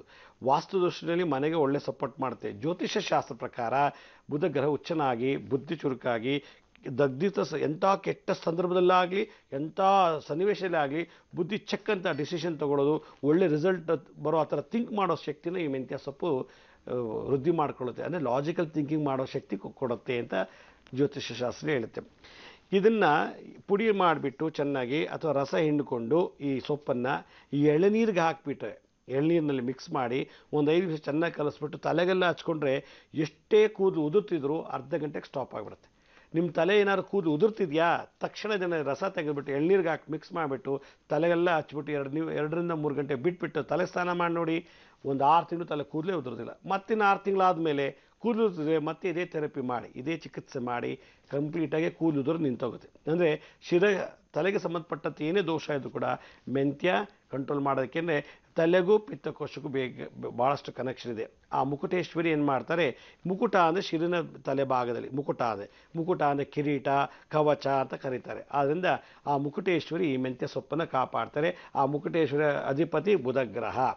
ಇದು ಯಾವುದೂ ತಿನ್ನೋಕ್ಕಾಗಲ್ಲಪ್ಪ, ನಮಗೆ ಮಾಡೋಕ್ಕಾಗಲ್ಲ ಅಂದರೆ ಬೆಳಗ್ಗೆ ಹೊತ್ತು ಸೂರ್ಯ ಉದಯ ಆದ 2 ಗಂಟೆ ಮೇಲೆ ಅಂದರೆ 7 ರಿಂದ 8 ಅಥವಾ 8 ರಿಂದ 9 ಗಂಟೆ ಒಳಗೆ ನಾವು ಈ ಪೋಸ್ಟ್ ಬಲಭಾಗದ ಈ ಪಕ್ಕೆಲುಬುಗಳನ್ನು ಎಡಭಾಗದ ಪಕ್ಕೆಲುಬುಗಳನ್ನು ಸೂರ್ಯನಿಗೆ ಎಕ್ಸ್ಪೋಸ್ ಮಾಡಿದ್ರೆ ಆಗ ಪಿತ್ತಕೋಶಕ್ಕೆ ಸಂಬಂಧಪಟ್ಟಂಥದ್ದು ಗ್ಲ್ಯಾಂಡ್ ಬ್ಯಾಡರ್ಗೆ ಸಂಬಂಧಪಟ್ಟಂಥ ದೋಷಗಳೆಲ್ಲ ಸೂರ್ಯನ ಕಿರಣದಿಂದ ಅದು ಹೀರ್ಕೊಳ್ಳುತ್ತೆ. ಹಾಗೆಂದರೆ ಆ ಸಮಯದಲ್ಲಿ 8 ರಿಂದ 9 ಅಥವಾ 7 ರಿಂದ 8 ಆ ಸಮಯದಲ್ಲಿ ಬರುವಂಥ ಸೂರ್ಯನ ಕಿರಣಗಳಲ್ಲಿ ಫೋಟೋಸಿಂಥಸಿಸ್ ಆಗಿ epidermis, lower epidermis, upper epidermis ಮೂಲಕ ಆ ಕಿರಣ ಹೋಗಿ ಅದು ಕಿರಣದಲ್ಲಿ ಹಸಿರು ಬಣ್ಣದ ಕಿರಣಗಳಿವೆ. 7 ಬಣ್ಣ ಇದೆ ಸೂರ್ಯನ ಕಿರಣದಲ್ಲಿ. ಆ ಹಸಿರು ಬಣ್ಣ ಮಾತ್ರ ಈ ಮುಕುಟೇಶ್ವರನ ಜಾಗ ಹೀರ್ಕೊಳ್ಳುತ್ತೆ. ಮುಕುಟೇಶ್ವರನೇ ಪಿತ್ತಕೋಶ ಇರೋ ಜಾಗ. ಆವಾಗ ಏನಾಗುತ್ತೆ, ಆ ಪಿತ್ತಕೋಶಕ್ಕೆ ಸಂಬಂಧಪಟ್ಟಂತೆ ಎಲ್ಲ ಇನ್ಫೆಕ್ಷನ್ನ ಸೂರ್ಯನ ಕಿರಣ ಹೀರ್ಕೊಂಡು ನಮಗೆ ಟಾಯ್ಲೆಟ್ ಮುಖಾಂತರ, ಯೂರಿನ್ ಮುಖಾಂತರ ಮತ್ತು ಆಕಳಿಕೆ ಮುಖಾಂತರ ನಿವಾರಣೆ ಮಾಡಿಬಿಡುತ್ತೆ. ಯಾರು ಇದು ಮಾಡೋಕ್ಕಾಗಲಿಲ್ಲ ಅಂತಾರೋ ಅಂಥವ್ರು ಏನು ಮಾಡಬೇಕು, ದಿನನಿತ್ಯ ನಮ್ಮ ಹಸ್ತಗಳನ್ನ ಈಗ ಉಜ್ಜಬೇಕಷ್ಟೆ. ಈ ರೀತಿ ಉಚಿತ ಆದರೆ ಪಿತ್ತಕೋಶಕ್ಕೆ ಸಂಬಂಧಪಟ್ಟಂಥ ಯಾವುದೇ ಪ್ರಾಬ್ಲಮ್ ಇದ್ದರೂ ನಿವಾರಣೆ ಆಗುತ್ತೆ. ಈ ರೀತಿ ಉಚಿತ ಇರಬೇಕು. ಆದ್ದರಿಂದ ಇದು ಒಂದು ಸೊಪ್ಪು, ಮೆಂತ್ಯ ಸೊಪ್ಪು. ಇದನ್ನು ಉಪಯೋಗಿಸೋದ್ರಿಂದ ನಮಗೆ ಯಾವುದೇ ತೊಂದರೆಗಳು ಬರೋದಿಲ್ಲ ಪಿತ್ತಕೋಶ ಮತ್ತು ಗಾಲ್ ಬ್ಲ್ಯಾಡರ್ಗೆ. ಎರಡನೇದು ಬುದ್ಧಿ, ಪ್ರತಿಷ್ಠೆ, ದುರಹಂಕಾರ, ಗರ್ವ, ನಾನು ಯಾಕೆ ಸೋಲ್ಬೇಕು, ನಾನೇ ಗೆಲ್ಲಬೇಕು, ತಪ್ಪಿದ್ರೂ ನಾನೇ ಗೆಲ್ಲಬೇಕು ಅನ್ನೋ ಒಂದು ಅಹಂಕಾರ ಇದೆಯಲ್ಲ, ಅದು ದೊಡ್ಡ ಮಹಾ ಅಪರಾಧ ಮನುಷ್ಯನ ಜೀವನದಲ್ಲಿ. ಅದನ್ನು ನಾವು ತೆಗೆದುಹಾಕಬೇಕು ಅಂದರೆ ಮೆಂತ್ಯ ಸೊಪ್ಪು ತಿನ್ನಬೇಕು. ಮೆಂತ್ಯ ಯಾಕೆ ತಿನ್ನಬೇಕು, ಅದು ಸತ್ವಗುಣ ಬೆಳೆಸುತ್ತೆ. ತಮೋಗುಣ ರಜಗುಣವನ್ನು ಹಾಳು ಮಾಡಬೇಕು ಅಂದರೆ ಮೆಂತ್ಯ ಸೊಪ್ಪನ್ನ ತಿನ್ನಬೇಕು. ಆಗ ಸತ್ವಗುಣ ಸಾಫ್ಟ್ನೆಸ್ ಡೆವಲಪ್ ಆಗುತ್ತೆ. ಇದೇ ರೀತಿ ನಾವು ಮೆಂತ್ಯ ಸೊಪ್ಪನ್ನು ದಿನನಿತ್ಯ ಜೀವನದಲ್ಲಿ ಉಪಯೋಗಿಸೋದ್ರಿಂದ, ಮಕ್ಕಳಿಗೆ ಈಗಲಿಂದ ಕೊಡೋದ್ರಿಂದ ಈ ಪ್ರತಿಷ್ಠೆ, ದುರಹಂಕಾರ, ಗರ್ವ ಕಮ್ಮಿ ಆಗ್ತಾ ಬರುತ್ತೆ. ಇನ್ನೊಂದು ವಿಶೇಷವಾದಂಥ ಮಾಹಿತಿ ನಾನು ಏನು ಹೇಳಬೇಕು ಅಂದರೆ, ಯಾರಿಗೆ ಪಿತ್ತಕೋಶಕ್ಕೆ ಸಂಬಂಧಪಟ್ಟಂಥದ್ದು, ಗ್ಲ್ಯಾಂಡ್ ಬ್ಲ್ಯಾಡರ್ಗೆ ಸಂಬಂಧಪಟ್ಟಂಥ ದೋಷ ಇದೆಯೋ ಅವರು ಈ ಎಲೆನ ತಗೊಂಡು ಓಂ ಮುಂ ಮುಕುಟೇಶ್ವರಿಭ್ಯಾಂ ನಮಃ ನೋಡಿ ಈ ರೀತಿ ಎಲೆಗಳ ಕಿತ್ಕೊಂಡ್ಬಿಟ್ಟು ಓಂ ಮುಂ ಮುಕುಟೇಶ್ವರಿಭ್ಯಾಂ ನಮಃ, ಓಂ ಮುಂ ಮುಕುಟೇಶ್ವರಿಭ್ಯಾಂ ನಮಃ, ಓಂ ಮುಂ ಮುಕುಟೇಶ್ವರಿಭ್ಯಾಂ ನಮಃ ಅನ್ನೋ ಮಂತ್ರ ಹೇಳ್ತಾ ಈ ಎಲೆಗಳಿಗೆ ಮಂತ್ರದ ಅಭಿಮಂತ್ರಿಸಿ, ಈ ಎಲೆಗಳಿಗೆ ಮಂತ್ರದ ಮೂಲಕ ದೀಕ್ಷೆ ಕೊಟ್ಟು ಎನರ್ಜೈಸ್ ಮಾಡಿ ಸಣ್ಣಾಗಿ ತಿಂದುಬಿಟ್ರೆ ಲಿವರ್ಗೆಲ್ಲ ಸಂಬಂಧಪಟ್ಟಂಥ ಕಾಯಿಲೆ ನಿವಾರಣೆ ಆಗಿಬಿಡುತ್ತೆ. ಬುದ್ಧಿ ಚುರುಕಾಗುತ್ತೆ. ಇಲ್ಲ ಇದು ಮಾಡೋಕ್ಕಾಗಲ್ಲ ಅಂದರೆ ಒಂದು ಇಡೀ ಉಪ್ಪು ತೊಗೊಳ್ಳೋದು, ಆ ಲಿವರ್ ಇರೋ ಜಾಗದಲ್ಲಿ ಓಂ ಮುಂ ಮುಕುಟೇಶ್ವರಿಭ್ಯಾಂ ನಮಃ, ಓಂ ಮುಂ ಮುಕುಟೇಶ್ವರಿಭ್ಯಾಂ ನಮಃ, ಓಂ ಮುಂ ಮುಕುಟೇಶ್ವರಿಭ್ಯಾಂ ನಮಃ, ಓಂ ಮುಂ ಮುಕುಟೇಶ್ವರಿಭ್ಯಾಂ ನಮಃ, ಓಂ ಮುಂ ಮುಕುಟೇಶ್ವರಿಭ್ಯಾಂ ನಮಃ ಅಂತ ಮಂತ್ರ ಹೇಳಿ 21 ಸಲ ಬಲಗಡೆಯಿಂದ ಒಂದು ಸುತ್ತು ಮತ್ತು ಎಡಗಡೆಯಿಂದ ಒಂದು reverse clockwise anti clockwise ಮಾಡಿ 4 ರಸ್ತೆ ಸೇರೋ ಜಾಗ ತೊಗೊಂಡೋಗಿ ಅದು ಬಿಸಾಕ್ಬಿಟ್ರೆ, ಅಥವಾ ಒಂದು ನೀರಿಗೆ ಹಾಕಿಬಿಟ್ಟು ಅಥವಾ ಆ ನೀರನ್ನು ತೊಗೊಂಡು 4 ರಸ್ತೆ ಬಿಸಾಕ್ಬಿಟ್ರೆ ಲಿವರಿಗೆ ಸಂಬಂಧಪಟ್ಟಂಥ ಏನೇ ಪ್ರಾಬ್ಲಮ್ ಇದು ಹೊರಟೋಗುತ್ತೆ. ಗ್ಯಾಸ್ ಟ್ರಬಲ್, ಬಿ ಪಿನೂ ಹೊರಟೋಗುತ್ತೆ. ಅದರಿಂದ ಓಂ ಮುಂ ಮುಕುಟೇಶ್ವರಿಭ್ಯಾಂ ನಮಃ, ಓಂ ಮುಂ ಮುಕುಟೇಶ್ವರಿಭ್ಯಾಂ ನಮಃ ಇದು ಮಂತ್ರ ಥೆರಪಿ. ನಾನು ಈಗಾಗಲೇ ಹೇಳಿದೆ, ಸೋಲಾರ್ ಥೆರಪಿ, ಕಲರ್ ಥೆರಪಿ ಮತ್ತು ಮಂತ್ರ ಥೆರಪಿ ಮತ್ತು ಮುದ್ರಾ ಥೆರಪಿ. ಈ 4ರಲ್ಲಿ ಯಾವ್ದಾದ್ರು ಒಂದು ದಿನನಿತ್ಯ ಮಾಡಿದ್ರೆ ಸಾಯೋವರೆಗೂ ಲಿವರ್ ಸವಿಯೋದಿಲ್ಲ, ಲಿವರ್ ಕ್ಯಾನ್ಸರ್ ಬರೋದಿಲ್ಲ, ಲಿವರ್ಲಿ ಯಾವುದೇ ಇನ್ಫೆಕ್ಷನ್ ಬರೋಲ್ಲ. ಲಿವರಲ್ಲಿ ಏನೋ ಉರಿತಾ, ನೋವು, ಬಿಗಿತಾ ಮತ್ತು ಸಂಕಟ ಶುರುವಾಗಿಬಿಟ್ರೆ ಹೊಟ್ಟೆ ಉರಿ, ಗ್ಯಾಸ್ ಟ್ರಬಲ್ ಶುರುವಾಗುತ್ತೆ. ಆವಾಗವಾಗ ಅಂತ ತೇಕ್ ಶುರುವಾಗಿಬಿಡುತ್ತೆ. ಇದ್ರ ಜೊತೆಗೆ ಭೂತ ಪ್ರೇತಗಳೇನೋ ಚೇಷ್ಟೆ ಇದೆ, ಫಸ್ಟ್ ಅಟ್ಯಾಕ್ ಆಗೋದೇ ಈ ಪಿತ್ತಕೋಶಕ್ಕೆ. ಆಗ ಅವ್ರಿಗೆ ಯಾವ ಬಿ ಪಿ, ಗ್ಯಾಸ್ ಟ್ರಬಲ್ ಇಲ್ಲ. ಇದಕ್ಕಿದ್ದಾಗ ಹುಣ್ಣಿಮೆ ಅಮಾವಾಸ್ಯೆ ಬಂದಾಗ ಅಂತ ತೆಗ್ತಾರೆ.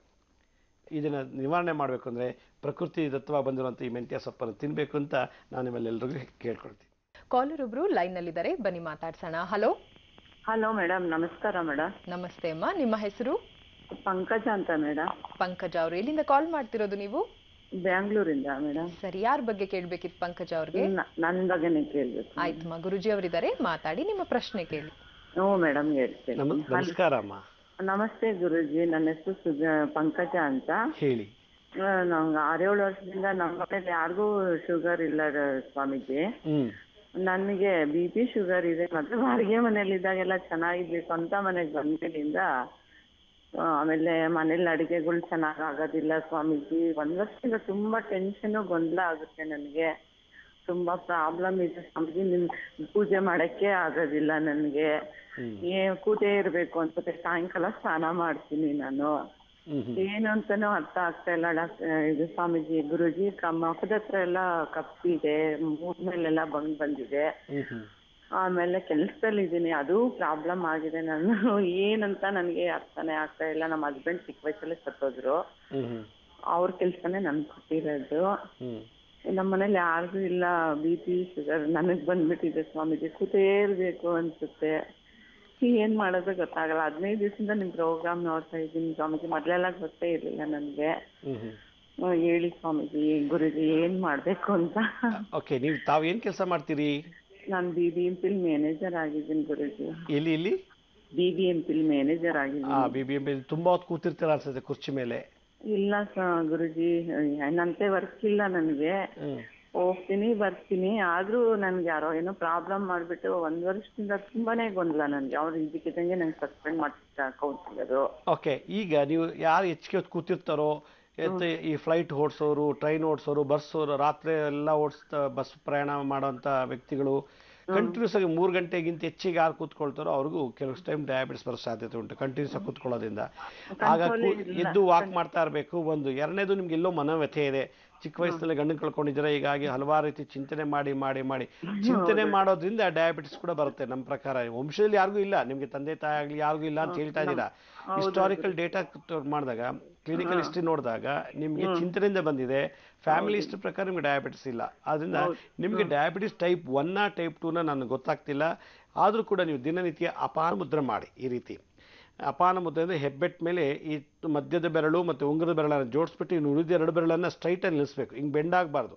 ಈ ರೀತಿ ಬೆಂಡಾದರೆ ಏನು ಲಾಭ ಇಲ್ಲ ಮಾಡೋದ್ರಿಂದ. ಈ ರೀತಿ ಸ್ಟ್ರೈಟಾಗಿ ನಿಲ್ಲಿಸಿ, ಜಿಂಕೆ ಮುಖ ಥರ ಇರುತ್ತೆ ನೋಡಿ. ಇನ್ನು ಎಲ್ಲರೂ ನೆರಳಲ್ಲಿ ಬಿಟ್ಟರೆ ಗೋಡೆ ಮೇಲೆ ಇದು ಜಿಂಕೆ ಮುಖ ಥರ ಕಾಣುತ್ತೆ. ಇದಕ್ಕೆ ಅಪಾನ ಮುದ್ರಾ ಅಂತಾರೆ.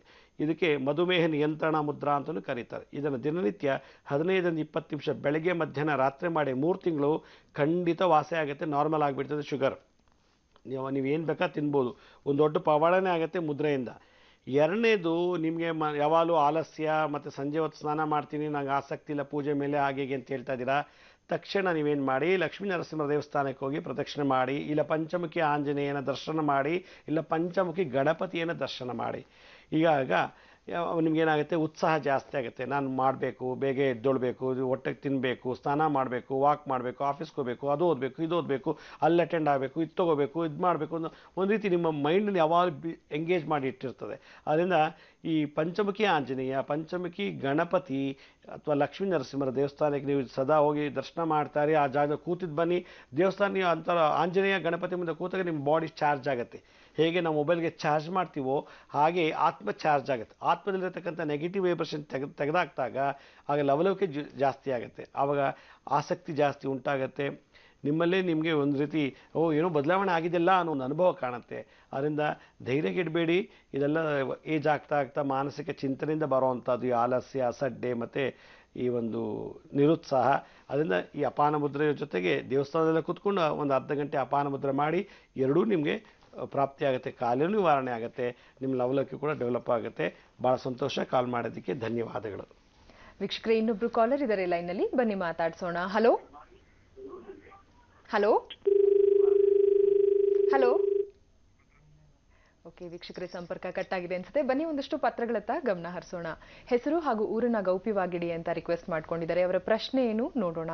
ಗುರುಜಿ ಹೇಳ್ತಾ ಇದ್ದಾರೆ, ಪ್ರತಿನಿತ್ಯವೂ ಕೂಡ ತಪ್ಪದೆ ಮಾರ್ನಿಂಗ್ ಮಂತ್ರ ಕಾರ್ಯಕ್ರಮವನ್ನು ನಾನು ನೋಡ್ತಾ ಇದ್ದೀನಿ. ಸಾಕಷ್ಟು ಮನಸ್ಸಿಗೆ ಧೈರ್ಯ ಬಂದಿದೆ ನೀವು ಸೂಚಿಸುವಂತ ಮುದ್ರೆಗಳು ಹಾಗೂ ಮಂತ್ರದ ಪ್ರಭಾವದಿಂದ ಅಂತ ತಿಳಿಸಿದ್ದಾರೆ. ನನಗೆ ಪ್ರತಿನಿತ್ಯವೂ ಮೂತ್ರ ಹಾಗೂ ಮಲ ವಿಸರ್ಜನೆ ಮಾಡುವಂತಹ ಸಂದರ್ಭದಲ್ಲಿ ಕಿಬ್ಬೊಟ್ಟೆಯ ಸೆಳೆತ ಅತ್ಯಂತ ನನ್ನನ್ನು ಬಾಧಿಸುತ್ತೆ ಅಂತ ಹೇಳಿದರೆ. ಗರ್ಭಕೋಶ, ಮೂತ್ರಕೋಶ ಹಾಗೂ ಬೆನ್ನು ಉರಿ, ತುಂಬಾನೇ ಕುತ್ತಿಗೆ ನೋವು ಕೂಡ ಬರುತ್ತೆ, ಇದರಿಂದ ಕೀಲುಗಳಲ್ಲಿ ನೋವು ಬರುತ್ತೆ. ಸ್ವಲ್ಪ ಕಡಿಮೆ ಆಗಿದೆ, ಮತ್ತೆ ಇದೇ ರೀತಿಯಾದಂಥ ನರಗಳಲ್ಲಿ ನೋವು ಕಾಣಿಸ್ಕೊಳ್ಳುತ್ತೆ ಮತ್ತೆ ಮತ್ತೆ. ಇದಕ್ಕೆ ಏನು ಮಾಡಬೇಕು ಅನ್ನೋದೇ ತೋಚ್ತಾ ಇಲ್ಲ. ಇನ್ನು ಗ್ಯಾಸ್ಟ್ರಿಕ್ ಟ್ರಬಲ್ ಕೂಡ ಇದೆ. ಯಾಕೆ ಈ ರೀತಿ ಸಮಸ್ಯೆಗಳು ನನ್ನನ್ನು ಎದುರಿಸ್ತಾ ಇದೆ ಅನ್ನೋದನ್ನ ಕೇಳ್ತಾ ಇದ್ದಾರೆ. ಭಾಳ ಸಂತೋಷ ಅಥವಾ ಪತ್ರ ಬರೆದಿದ್ದು. ಇದಕ್ಕೆ ಸರ್ವೇ ಸಾಮಾನ್ಯವಾಗಿ ಯಂಗಸ್ನಲ್ಲಿ ಇದು ಕಾಣುವಂಥ ಒಂದು ವಿಶೇಷವಾದ ರೋಗ. ಅದಕ್ಕೆಲ್ಲ ಗಾಬರಿ ಆಗೋ ಅವಶ್ಯಕತೆ ಇಲ್ಲ. ನೋಡಿ, ಭದ್ರಕಾಳಿ ಮುದ್ರೆನ ಮಾಡಬೇಕು. ಈ ರೀತಿ ಭದ್ರಕಾಳಿ ಮುದ್ರೆನ ನಮ್ಮೆಲ್ಲ ಪಂಚಭೂತಗಳನ್ನು, 5 ಪಂಚಭೂತಗಳು, ಬಲಗೆ ಇರೋ ಪಂಚಭೂತ, ಎಡಗೆ ಇರೋ ಪಂಚಭೂತಗಳು ಒಂದಕ್ಕೊಂದು ಮಾಡೋದು ಭದ್ರಕಾಳಿ. ಈ ಮುದ್ರೆನ ನೀವು ಧಾರಣೆ ಮಾಡಿ ಓಂ ಕ್ರೀಂ ಕ್ರೀಂ ಕ್ರೀಂ ಭದ್ರಕಾಳಿಯೈ ನಮಃ, ಓಂ ಕ್ರೀಂ ಕ್ರೀಂ ಕ್ರೀಂ ಭದ್ರಕಾಳಿಯೈ ನಮಃ ಅನ್ನೋ ಮಂತ್ರ ಹೇಳ್ತಾ 21 ದಿವಸ 108 ಸಲ ಮಂತ್ರ ಹೇಳಿ ಜಪ ಮಾಡಿ. ಮಲಮೂತ್ರ ವಿಸರ್ಜನೆ ಆಗುವಂಥ ತೊಂದರೆ, ಗರ್ಭಕೋಶ, ಮೂತ್ರಕೋಶಕ್ಕೆ ಸಂಬಂಧಪಟ್ಟಂತೆ ಎಲ್ಲದನ್ನು ನಿವಾರಣೆ ಮಾಡುತ್ತೆ ಈ ಭದ್ರಕಾಳಿ ಮುದ್ರ. ಇದ್ರ ಜೊತೆಗೆ ನೀವು ರಾತ್ರಿ ಮಲ್ಕೊಳ್ಳುವಾಗ ದಕ್ಷಿಣಕ್ಕೆ ತಲೆ ಹಾಕಿ ಉತ್ತರಕ್ಕೆ ಕಾಲು ಚಾಚಿ ಮಲ್ಕೊಳ್ಳಿ. ಆಗ ಎಕ್ಸ್ಕ್ರಿಟರಿ ಸಿಸ್ಟಮ್ ಸಂಬಂಧಪಟ್ಟಂಥ ರೋಗ ನಿವಾರಣೆ ಆಗುತ್ತೆ. ಎಕ್ಸ್ಕ್ರಿಟರಿ ಅಂದ್ರೇನು? ಮಲಮೂತ್ರ ವಿಸರ್ಜನೆ ಮತ್ತು ಈ ಬಿಳಿಸರುಗು, ಎಕ್ಸಸ್ ಬ್ಲೀಡಿಂಗ್ ಆಗೋದು, ಇದನ್ನೆಲ್ಲ ನಿವಾರಣೆ ಆಗುತ್ತೆ. ಅದರಿಂದ ನೀವೇನಾದ್ರು ಮಲಗ್ತಾ ಇರೋ ದಿಕ್ಕು ಯಾವುದಂತ ಪತ್ತೆ ಹಚ್ಚಿ, ನಾನು ಹೇಳೋ ದಿಕ್ಕು ದಕ್ಷಿಣಕ್ಕೆ ತಲೆ ಹಾಕಿ ಉತ್ತರಕ್ಕೆ ಕಾಲು ಚಾಚಿ ಮಲಗೋದ್ರಿಂದ ಅರ್ಧ ಪ್ರಾಬ್ಲಮ್ ನಿವಾರಣೆ ಆಗುತ್ತೆ. ಅದು ಸೂರ್ಯ ಉದಯ ಆಗೋಕ್ಕೆ ಮುಂಚೆ ನೀವು ಎದ್ದು ಬಿಟ್ಟರೆ ಬೇಗ ಇನ್ನೂ ನಿಮಗೆ ಈ ರೋಗ ನಿವಾರಣೆ ಆಗುತ್ತೆ. ಭಾಳ ಸಂತೋಷ ತಾವು ಪತ್ರ ಬರೆದಿದ್ದಕ್ಕೆ. ವೀಕ್ಷಕರೇ, ಒಬ್ರು ಕಾಲರ್ ಇದ್ದಾರೆ ಲೈನ್ನಲ್ಲಿ, ಬನ್ನಿ ಮಾತಾಡ್ಸೋಣ. ಹಲೋ. ಸರಿ, ಹಲೋ, ನಮಸ್ತೆ. ನಮಸ್ತೆ, ಹೇಳಿಮ್ಮ, ನಿಮ್ಮ ಹೆಸರು ತಿಳಿಸಿ. ಸುಶೀಲಾ ಮೂರ್ತಿ. ಸುಶೀಲಾ ಮೂರ್ತಿ ಅವರು ಎಲ್ಲಿಂದ ಕಾಲ್ ಮಾಡ್ತಿರೋ ತಾವು? ತುಮಕೂರಿಂದ. ಸರಿಮ್ಮ, ಯಾರ ಬಗ್ಗೆ ಹೇಳ್ಬೇಕಿತ್ತು? ನನ್ನ ಬಗ್ಗೆನೆ. ಗುರುಜಿ ಅವರಿದ್ದಾರೆ ಅಮ್ಮ, ಮಾತಾಡಿ. ಸಂಕ್ಷಿಪ್ತವಾಗಿ ನಿಮ್ಮ ಪ್ರಶ್ನೆ ಕೇಳಿ. ನಮಸ್ಕಾರ. ಹಾ ಹಾ, ನಮಸ್ಕಾರಮ್ಮ. ಸುಶೀಲಾ ಅವರೇ, ದಯವಿಟ್ಟು ನಿಮ್ಮ ಟಿವಿ ವಾಲ್ಯೂಮ್ ಕಡಿಮೆ ಮಾಡಿ ಅಥವಾ ಮ್ಯೂಟ್ ಮಾಡಿ ಆ ಒಂದು ಜಾಗದಿಂದ ಹೊರಗೆ ಬಂದು ಮಾತಾಡಿಮ್ಮ. ಸಮಯ ಕಡಿಮೆ ಇದೆ, ಸಂಕ್ಷಿಪ್ತವಾಗಿ ನಿಮ್ಮ ಪ್ರಶ್ನೆ ಕೇಳಿ. ನಮಸ್ತೆ ಗುರುಜಿ. ನಮಸ್ತೆ, ಹೇಳಿ. ನನ್ಗೆ ಇದು ಹೊಟ್ಟೆ ಉಬ್ಬರಿಸ್ದಂಗೆ ಇರುತ್ತೆ ಯಾವಾಗ್ಲೂ. ಆಮೇಲೆ ಇದು ಇಡೀ ಮೈ ಸೊಂಟದಿಂದ ಕೆಳಗೆ ಫುಲ್ ಸೆಳೆತ ಬರುತ್ತೆ ಗುರುಜಿ. ವಾತ ಅಂತ ಹೇಳ್ತಾರೆ ನನ್ಗೆ. ಆಯ್ತು, ನೀವು ದಿನನಿತ್ಯ ಭದ್ರಕಾಳಿ ಮುದ್ರೆ ಮಾಡಿ ಅಮ್ಮ. ಈಗ ತಾನೇ ತೋರಿಸ್ತೆ, ಭದ್ರಕಾಳಿ ಮುದ್ರೆ ಮಾಡಿ. ಎಸ್ಕ್ರಿಟರ್ ಸಿಸ್ಟಮ್, ಈ ಕಿಬ್ಬೊಟ್ಟೆ ಕೆಳಗೆ ಹೊಕ್ಕಳಿನ ಕೆಳಭಾಗದಲ್ಲಿ ಏನೇ ಪ್ರಾಬ್ಲಮ್ ಇದ್ರು ಅದರಲ್ಲೂ ಹೆಂಗ ಸ್ತ್ರೀಯರಿಗೆ ಈ ಭದ್ರಕಾಳಿ ಮುದ್ರೆ ಮಾಡೋದ್ರಿಂದ ಭಾಳ ಉಪಯೋಗ ಆಗುತ್ತೆ. ಸಮಯ ಅಭಾವ ಇರೋದ್ರಿಂದ ಮತ್ತೆ ನಾನು ನಿಮ್ಮನ್ನು ಭೇಟಿ ಮಾಡ್ತೀನಿ. ಅಲ್ಲಿವರೆಗೂ ಓಂ ಕ್ರೀಂ ಕ್ರೀಂ ಕ್ರೀಂ ಭದ್ರಕಾಳಿಯೇ ನಮಃ, ಓಂ ಕ್ರೀಂ ಕ್ರೀಂ ಭದ್ರಕಾಳಿಯೇ ನಮಃ ಮುದ್ರೆ ಮಾಡಿ ಜಪ ಮಾಡಿ, ಖಂಡಿತ ಒಳ್ಳೆಯದಾಗುತ್ತೆ. ಗುರುಜಿ, ಕಾರ್ಯಕ್ರಮಕ್ಕೆ ಆಗಮಿಸಿ ಇಷ್ಟೆಲ್ಲ ಮಾಹಿತಿಯನ್ನು ಒದಗಿಸಿಕೊಟ್ಟಿದ್ದಕ್ಕಾಗಿ ಧನ್ಯವಾದಗಳು ತಮಗೆ. ಸಾಯಿರಾಮ್. ವೀಕ್ಷಕರೇ, ಮತ್ತೆ ಭೇಟಿಯಾಗೋಣ ನಾಳೆ ಬೆಳಗ್ಗೆ ಸರಿಯಾಗಿ 8:30ಕ್ಕೆ ನಿಮ್ಮೆಲ್ಲರ ನೆಚ್ಚಿನ ಕೋಲ್ಗೇಟ್ ಮಾರ್ನಿಂಗ್ ಮಂತ್ರ ವಿಶೇಷ ನೇರ ಪ್ರಸಾರದಲ್ಲಿ. ಅಲ್ಲಿವರೆಗೂ ವಂದನೆಗಳು.